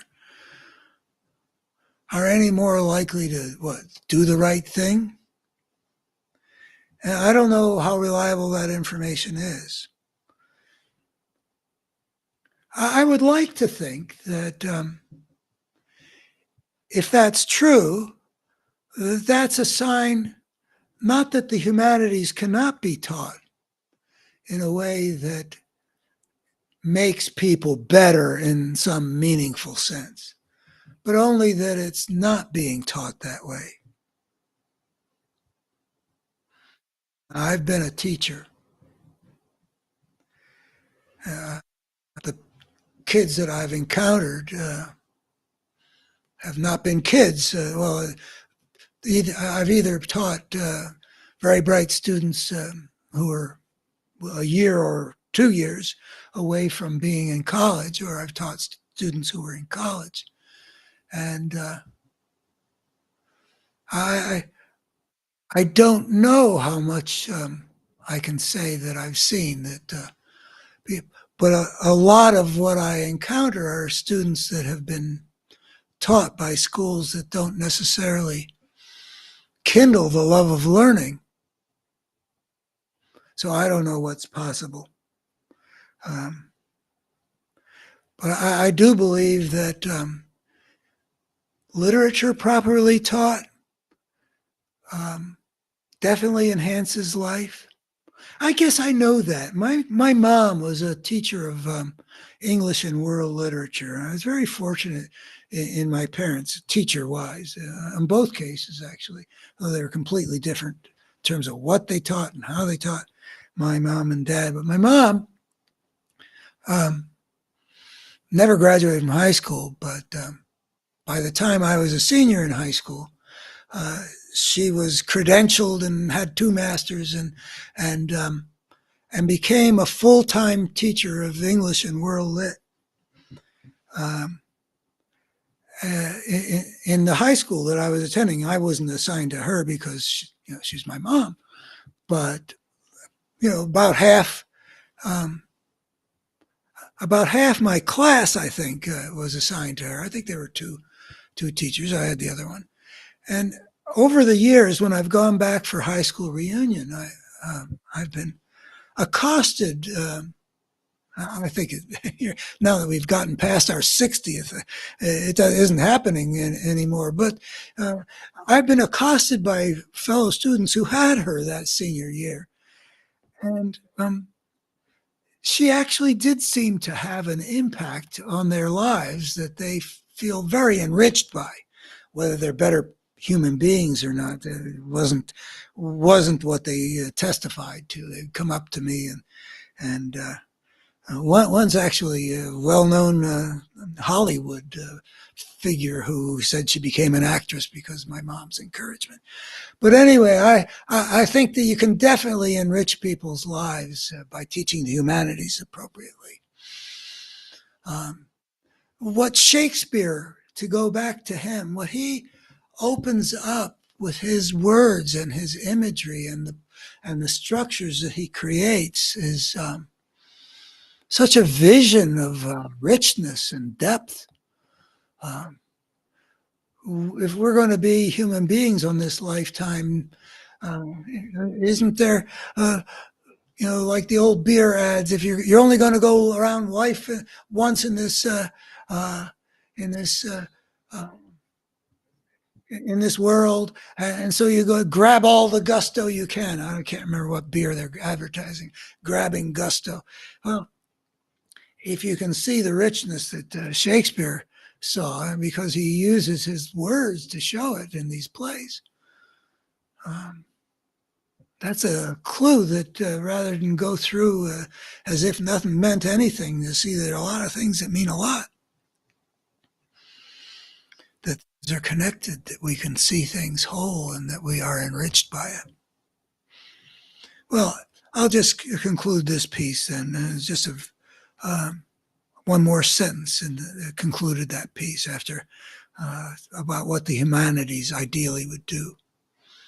A society that respects only what confers external mastery, without also cultivating the inner human being, should ask, what shall it profit a man if he shall gain the whole world and lose his own soul? Mark chapter 8, verse 36. That's how the piece ends. And I do think that I don't want to exaggerate the extent to which our society is gaining the whole world and losing its soul. But I think that if you look at the way American society has evolved, there is a lot of that. I mean, it's like everything has been retrogressive. Uh, the extent to which we have extended more dignity and more rights to more people, that's losing our soul. That's extending the values. All men are created equal and endowed with certain inalienable rights. That was something that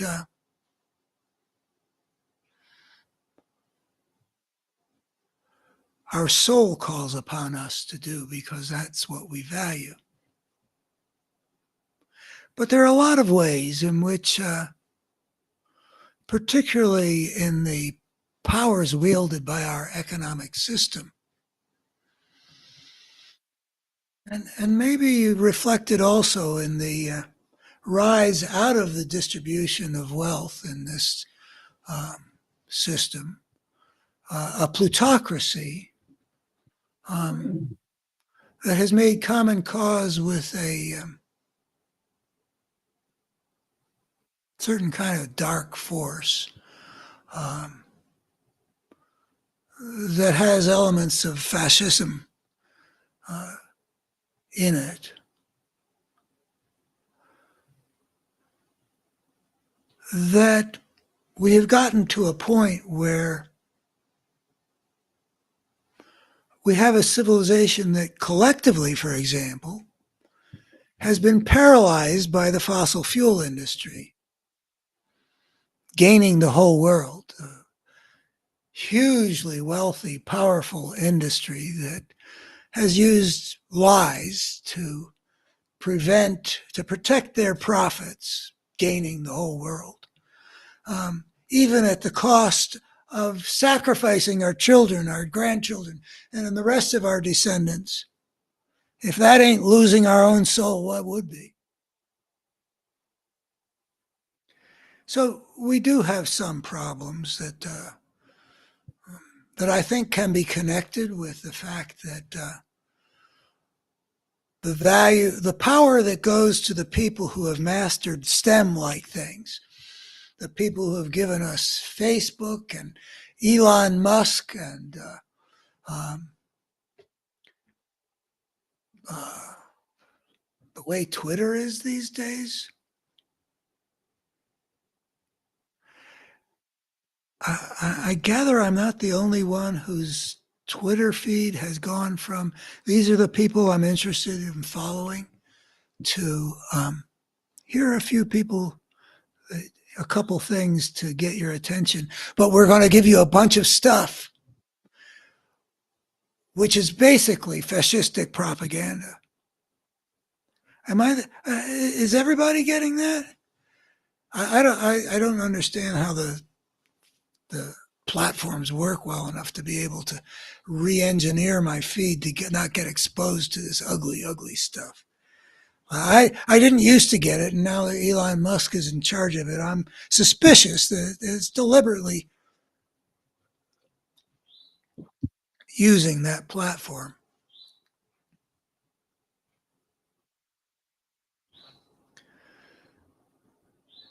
What shall it profit a man if he shall gain the whole world and lose his own soul?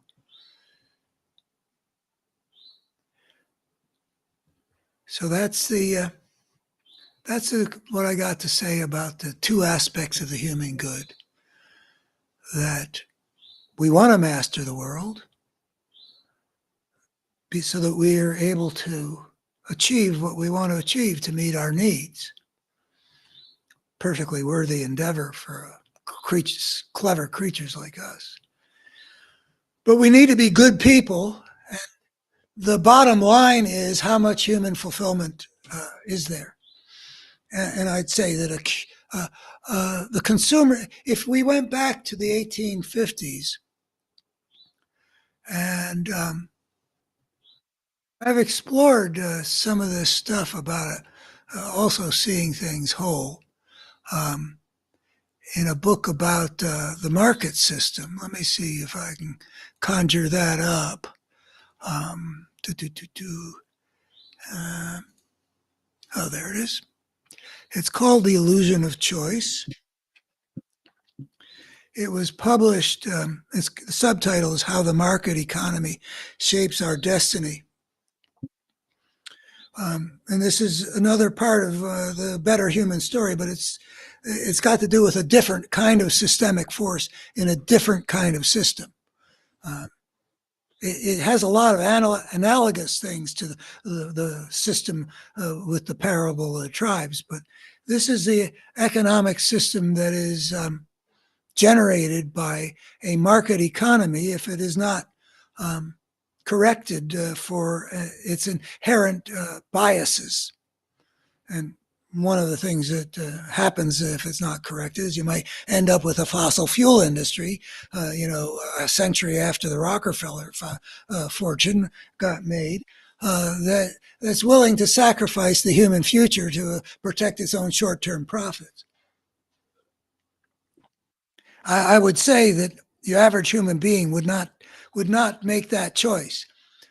But I have a piece you can find on my website, betterhumanstory.org, called Who Kills for Money? And the fossil fuel industry is only the latest industry that's shown when it discovers that it's killing people with what enriches us, they'll lie about that in order to be able to keep enriching themselves, even though they know they're killing people. And that's a systemic issue. So I can't remember where I was going, but the illusion of choice is a place where I grant all the beautiful market functions of that traditional economics acknowledges. I don't have any, no monopolies, no monopsonies. It's really genuine competition. And everybody's got a motive, just like Adam Smith described, like that we appeal to the baker and the butcher, not out of self-interest, but an invisible hand will take care. Well, the invisible hand needs correcting, and that's what I claim to prove in this book.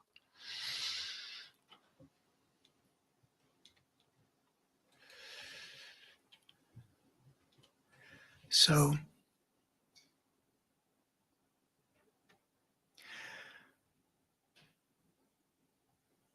we have developed a consumer society, which one of the things I try to demonstrate is that because the wealth gives people voice and success in the market gives people voice,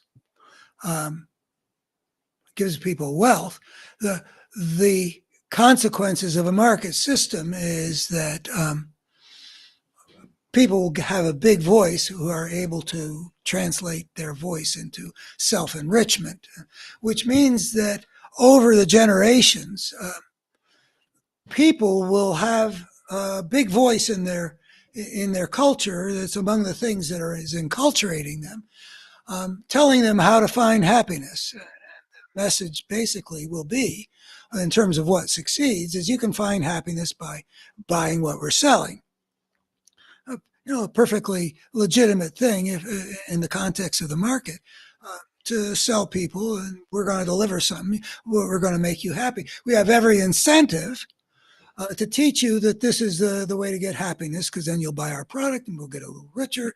And then over time, people who do that get more and more powerful. So what the bottom line is that if we follow American history through the long stretches where capitalism becomes a stronger and stronger part of the evolving American civilization. I mean, not that it was ever not a factor, exporting cotton or tobacco or, by the time the New England's got these mills spinning fabrics, capitalism's been part of America in various ways. I guess from the beginning, it's been part of the whole thing.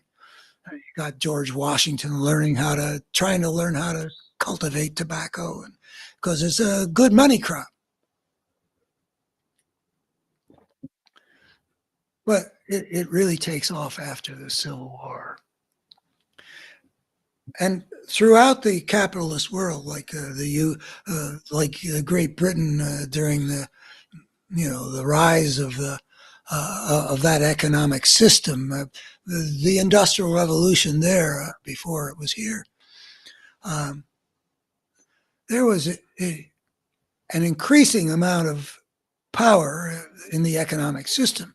In England, I think you can say it got manifested by the fact that at a certain point, I don't know, let's say the 18th century, uh, but maybe you'd have to go back to the 16th to see it even more clearly. And I don't know if you go back any further. But basically, the power in England is in the crown and an aristocracy, which is descended from the feudal system that emerged after the Norman invasion in 1066 and all that stuff. The conqueror sets up his exploitative arrangement. But the point I'm going to get to is that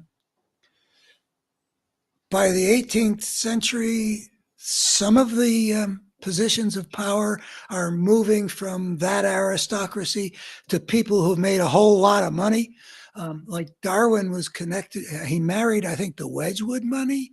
Anyway, so people who are making big fortunes by their economic success were gradually becoming the force to shape their societies.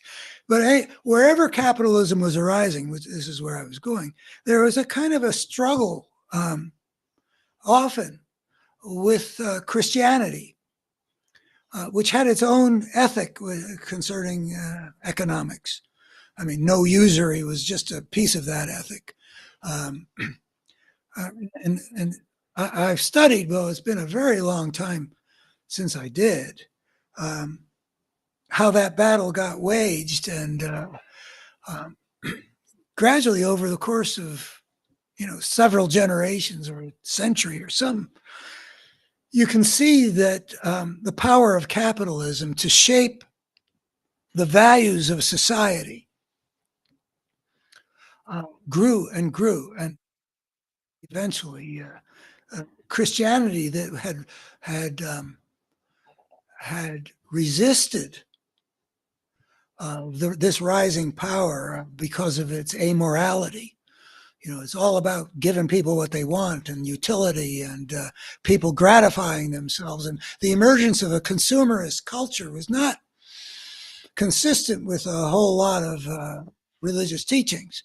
Weber's Protestant ethic and the spirit of capitalism, I think it's accurate to say that one of the components of Weber's insight is that on the one hand, people were laboring really hard because that was part of the trip for spiritual reasons, and therefore they were making a lot of money. And on the other hand, they had this ascetic morality where they're not supposed to be very fancy. Simon Scheinman's got this great book about the Dutch when they got rich, an embarrassment of riches. Didn't know what to do with their money. So Weber's insight is if you work really hard and you deal with the world the way these economically productive people did, you'll get very rich. And especially if you deny yourself the instant gratifications of a consumerist culture, and instead you save.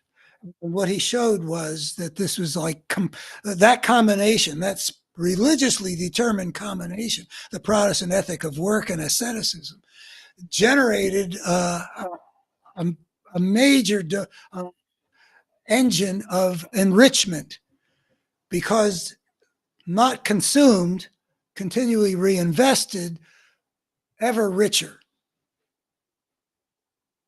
I gather that China is somehow resisting what seemed to be generated by the capitalist cultures of the West, which was at a certain point, you don't want so much asceticism. You, meaning if you're into the growth of the market. The market's dynamic doesn't, it, it, it rewards getting people to part with their money. Once there's enough money in people's hands, and that was another thing, once there's enough money. So capitalism sort of builds the need to have a consumerist society because you can't just keep on investing and investing and investing. And I gather the Chinese have sort of tried to do that. And that resulted in, well, I think this is an okay connection to make. That resulted in their real estate sector getting way out of whack. And a lot, they've had bankruptcies, and there's been real danger that the whole Chinese edifice would be wrecked. You know, edifice wrecks. You've read that play. I like to play with words. I don't indulge my sense of humor in public much, but I gather that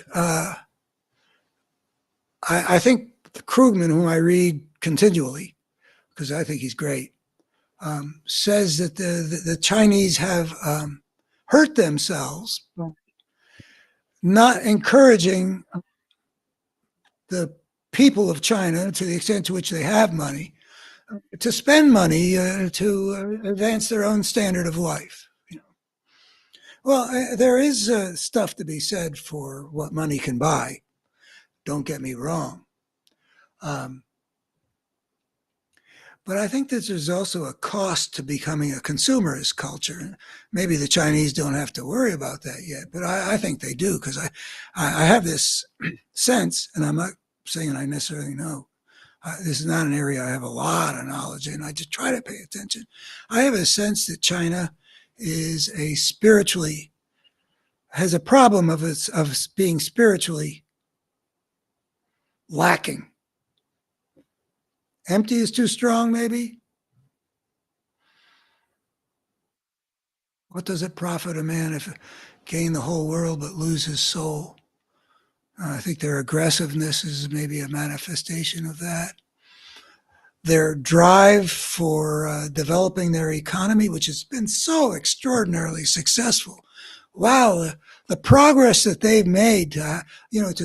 If you're an American, let's say in the 1960s, and you saw, let's say, a picture or a travelogue about Shanghai, and then you saw that tableau of Shanghai that's used in one of Tom Cruise's Mission Impossible movies.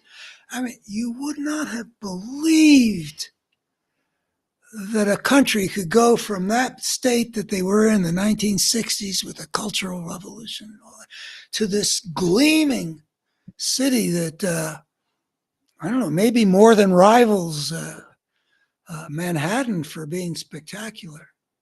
Extraordinary achievement.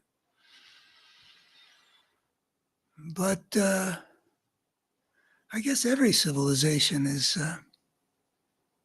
challenged to try to establish a soul worth establishing. Get the impression that China has not. They're bullies in their international conduct. I gather that their way, yeah, I mean, this is the same point I just made, but they've really played their hand in a lot of very smart ways. I mean, they are a great power now in the world. I'm not equipped to compare them with the United States. You know, I've seen the various GDP figures, and this kind, and there's that kind. Here, we're still a bit ahead. They're ahead. But it's not on a per capita basis. I mean, it's still got 1.5 billion people, and we got 1/3 of a billion. But still, their way of acting in the world has gotten uglier. I think that when they turned away from the ugliness of Mao, there was a time when you could, and a lot of people who knew a fair amount about China actually did foresee that they were in a process of becoming integrated into the world as a more benign presence, domestically more liberal, not the kind of bully that goes and does what they've done to Hong Kong, and not the kind of bully that is threatening to. Did I say Taiwan? I meant Hong Kong. They took over Hong Kong when the treaty expired in, what was it, 97 or 99? The British, and then they violated that treaty that they signed with the British. They were supposed to give Hong Kong 50 years of one country, two systems, but they've imposed, So anyway, we live in a world in which the need to combine power with goodness is part of the drama that we're engaged in a lot of places. I mean, who's going to be president of the United States this time next year? If you integrate power with goodness, you go down one path. If you integrate power with the evils of fascism, you go down another path. Power and goodness. So let me conclude. Needed Republican leaders to step up now to help American democracy survive.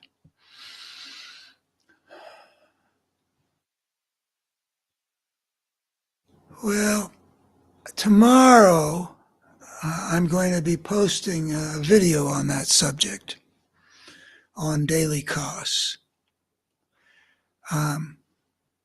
It's got the thumbnail title, as people on my team are calling that. Why do so few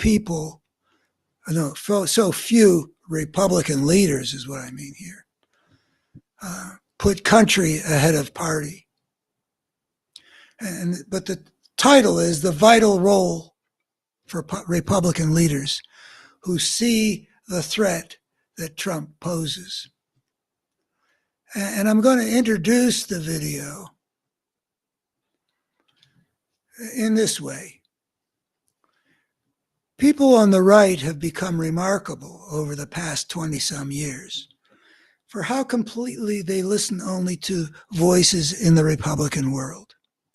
Certainly not to anything said by a Democrat, and I learned that, how impervious they were in that respect, or a liberal of any kind.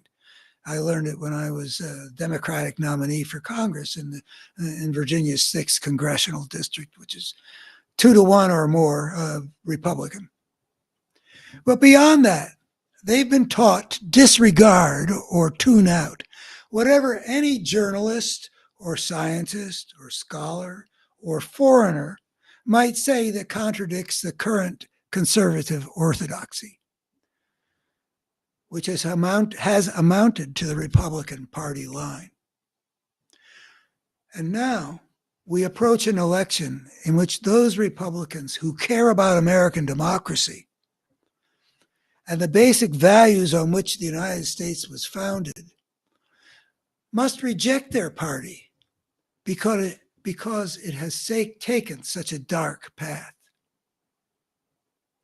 But the question is, how are those Republican voters, to be persuaded, those voters that do care about American democracy, to be persuaded about the truth about how Donald Trump must not become president, and how the Republican Party that is abetting him in his assault on our constitutional order and the rule of law must be defeated? Since they're unlikely to listen to any voices coming from outside the Republican world, America's best chance best chance, I mean, to get people to move, people who to care about American democracy, to act upon that caring, and informed by the proper understanding, lies with those Republican leaders who recognize the threat that Donald Trump represents. And they can speak to the long-standing moral passions of conservative American patriots, and as Republicans, they have a chance of being heard. Those in the Trump trance will reflexively reject those leaders as betrayers of their leader. But there are many others who might otherwise vote for Trump, whose attention is not so fully captured by this extraordinary American leader, who specializes in the politics of lies and crimes and cheating and a transparent concern only for himself. It is to them that America needs a goodly number of Republican leaders to stand up and call out to their fellow Republicans. That might make the difference between whether American democracy survives or is overthrown by an ugly, dangerous, destructive force of fascism.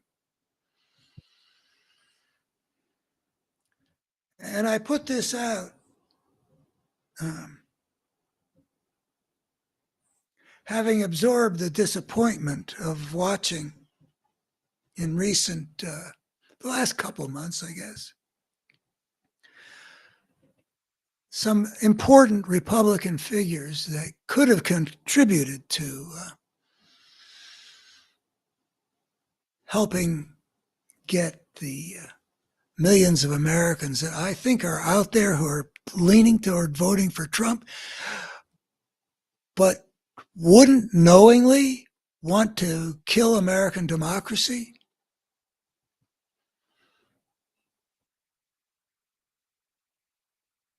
Have chosen to support Trump, even though, and I've done this in writing and I do this in this video here, catalog the things that have been said by, most recently, Nikki Haley.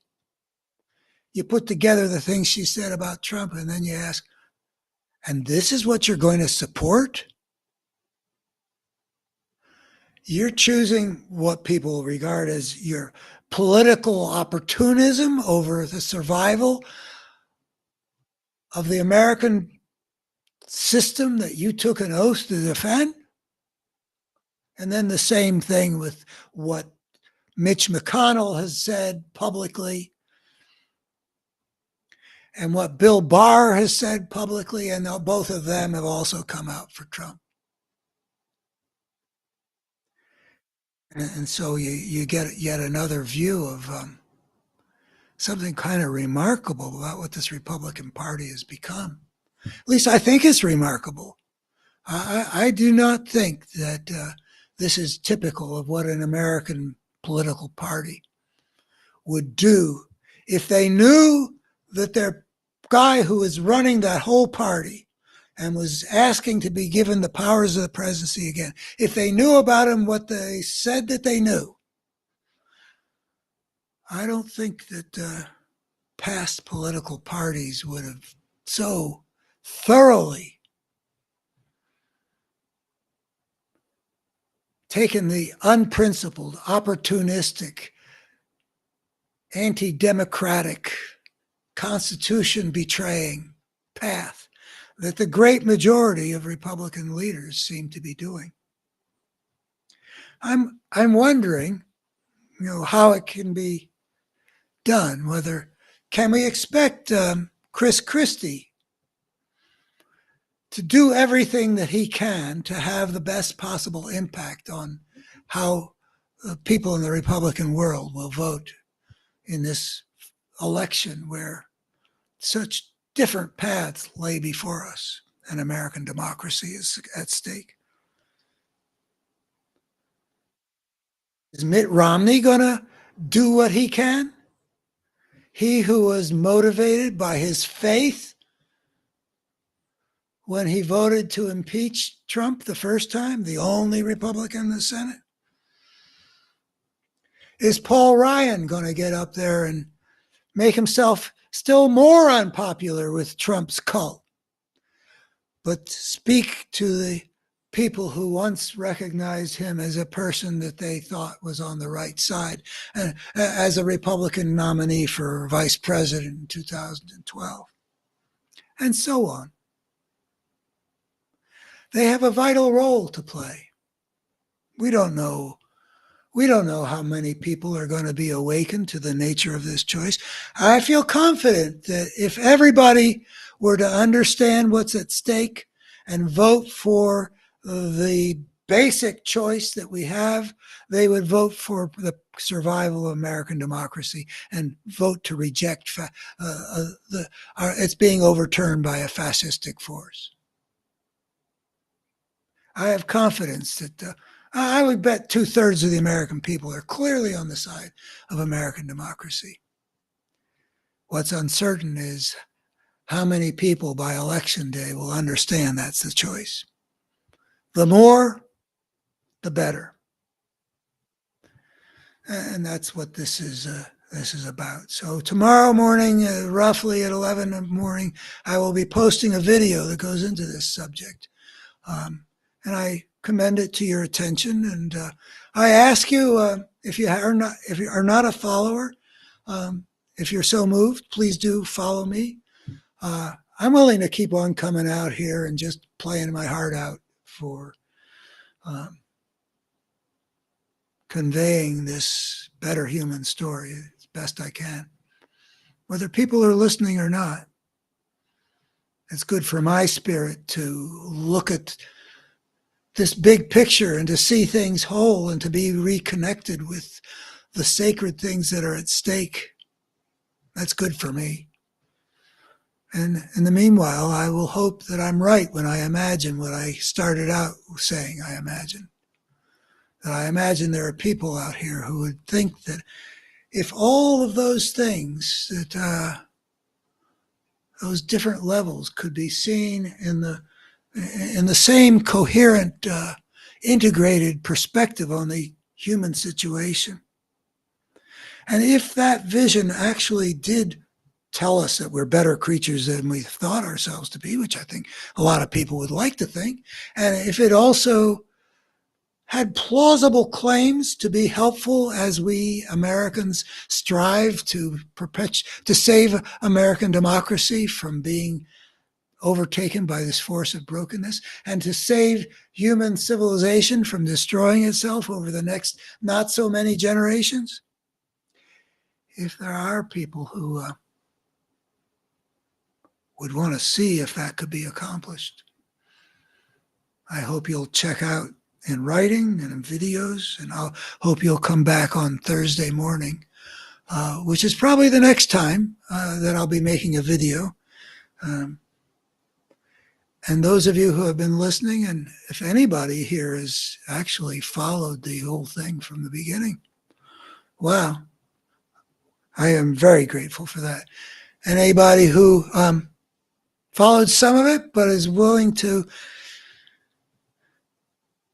pick it up, set it aside and pick it up again and so on, to get it in the way that you'd want to pick up a book and read it in chapters, that would also be something I'd be very grateful for. Thank you very much, and see you again sometime, I hope.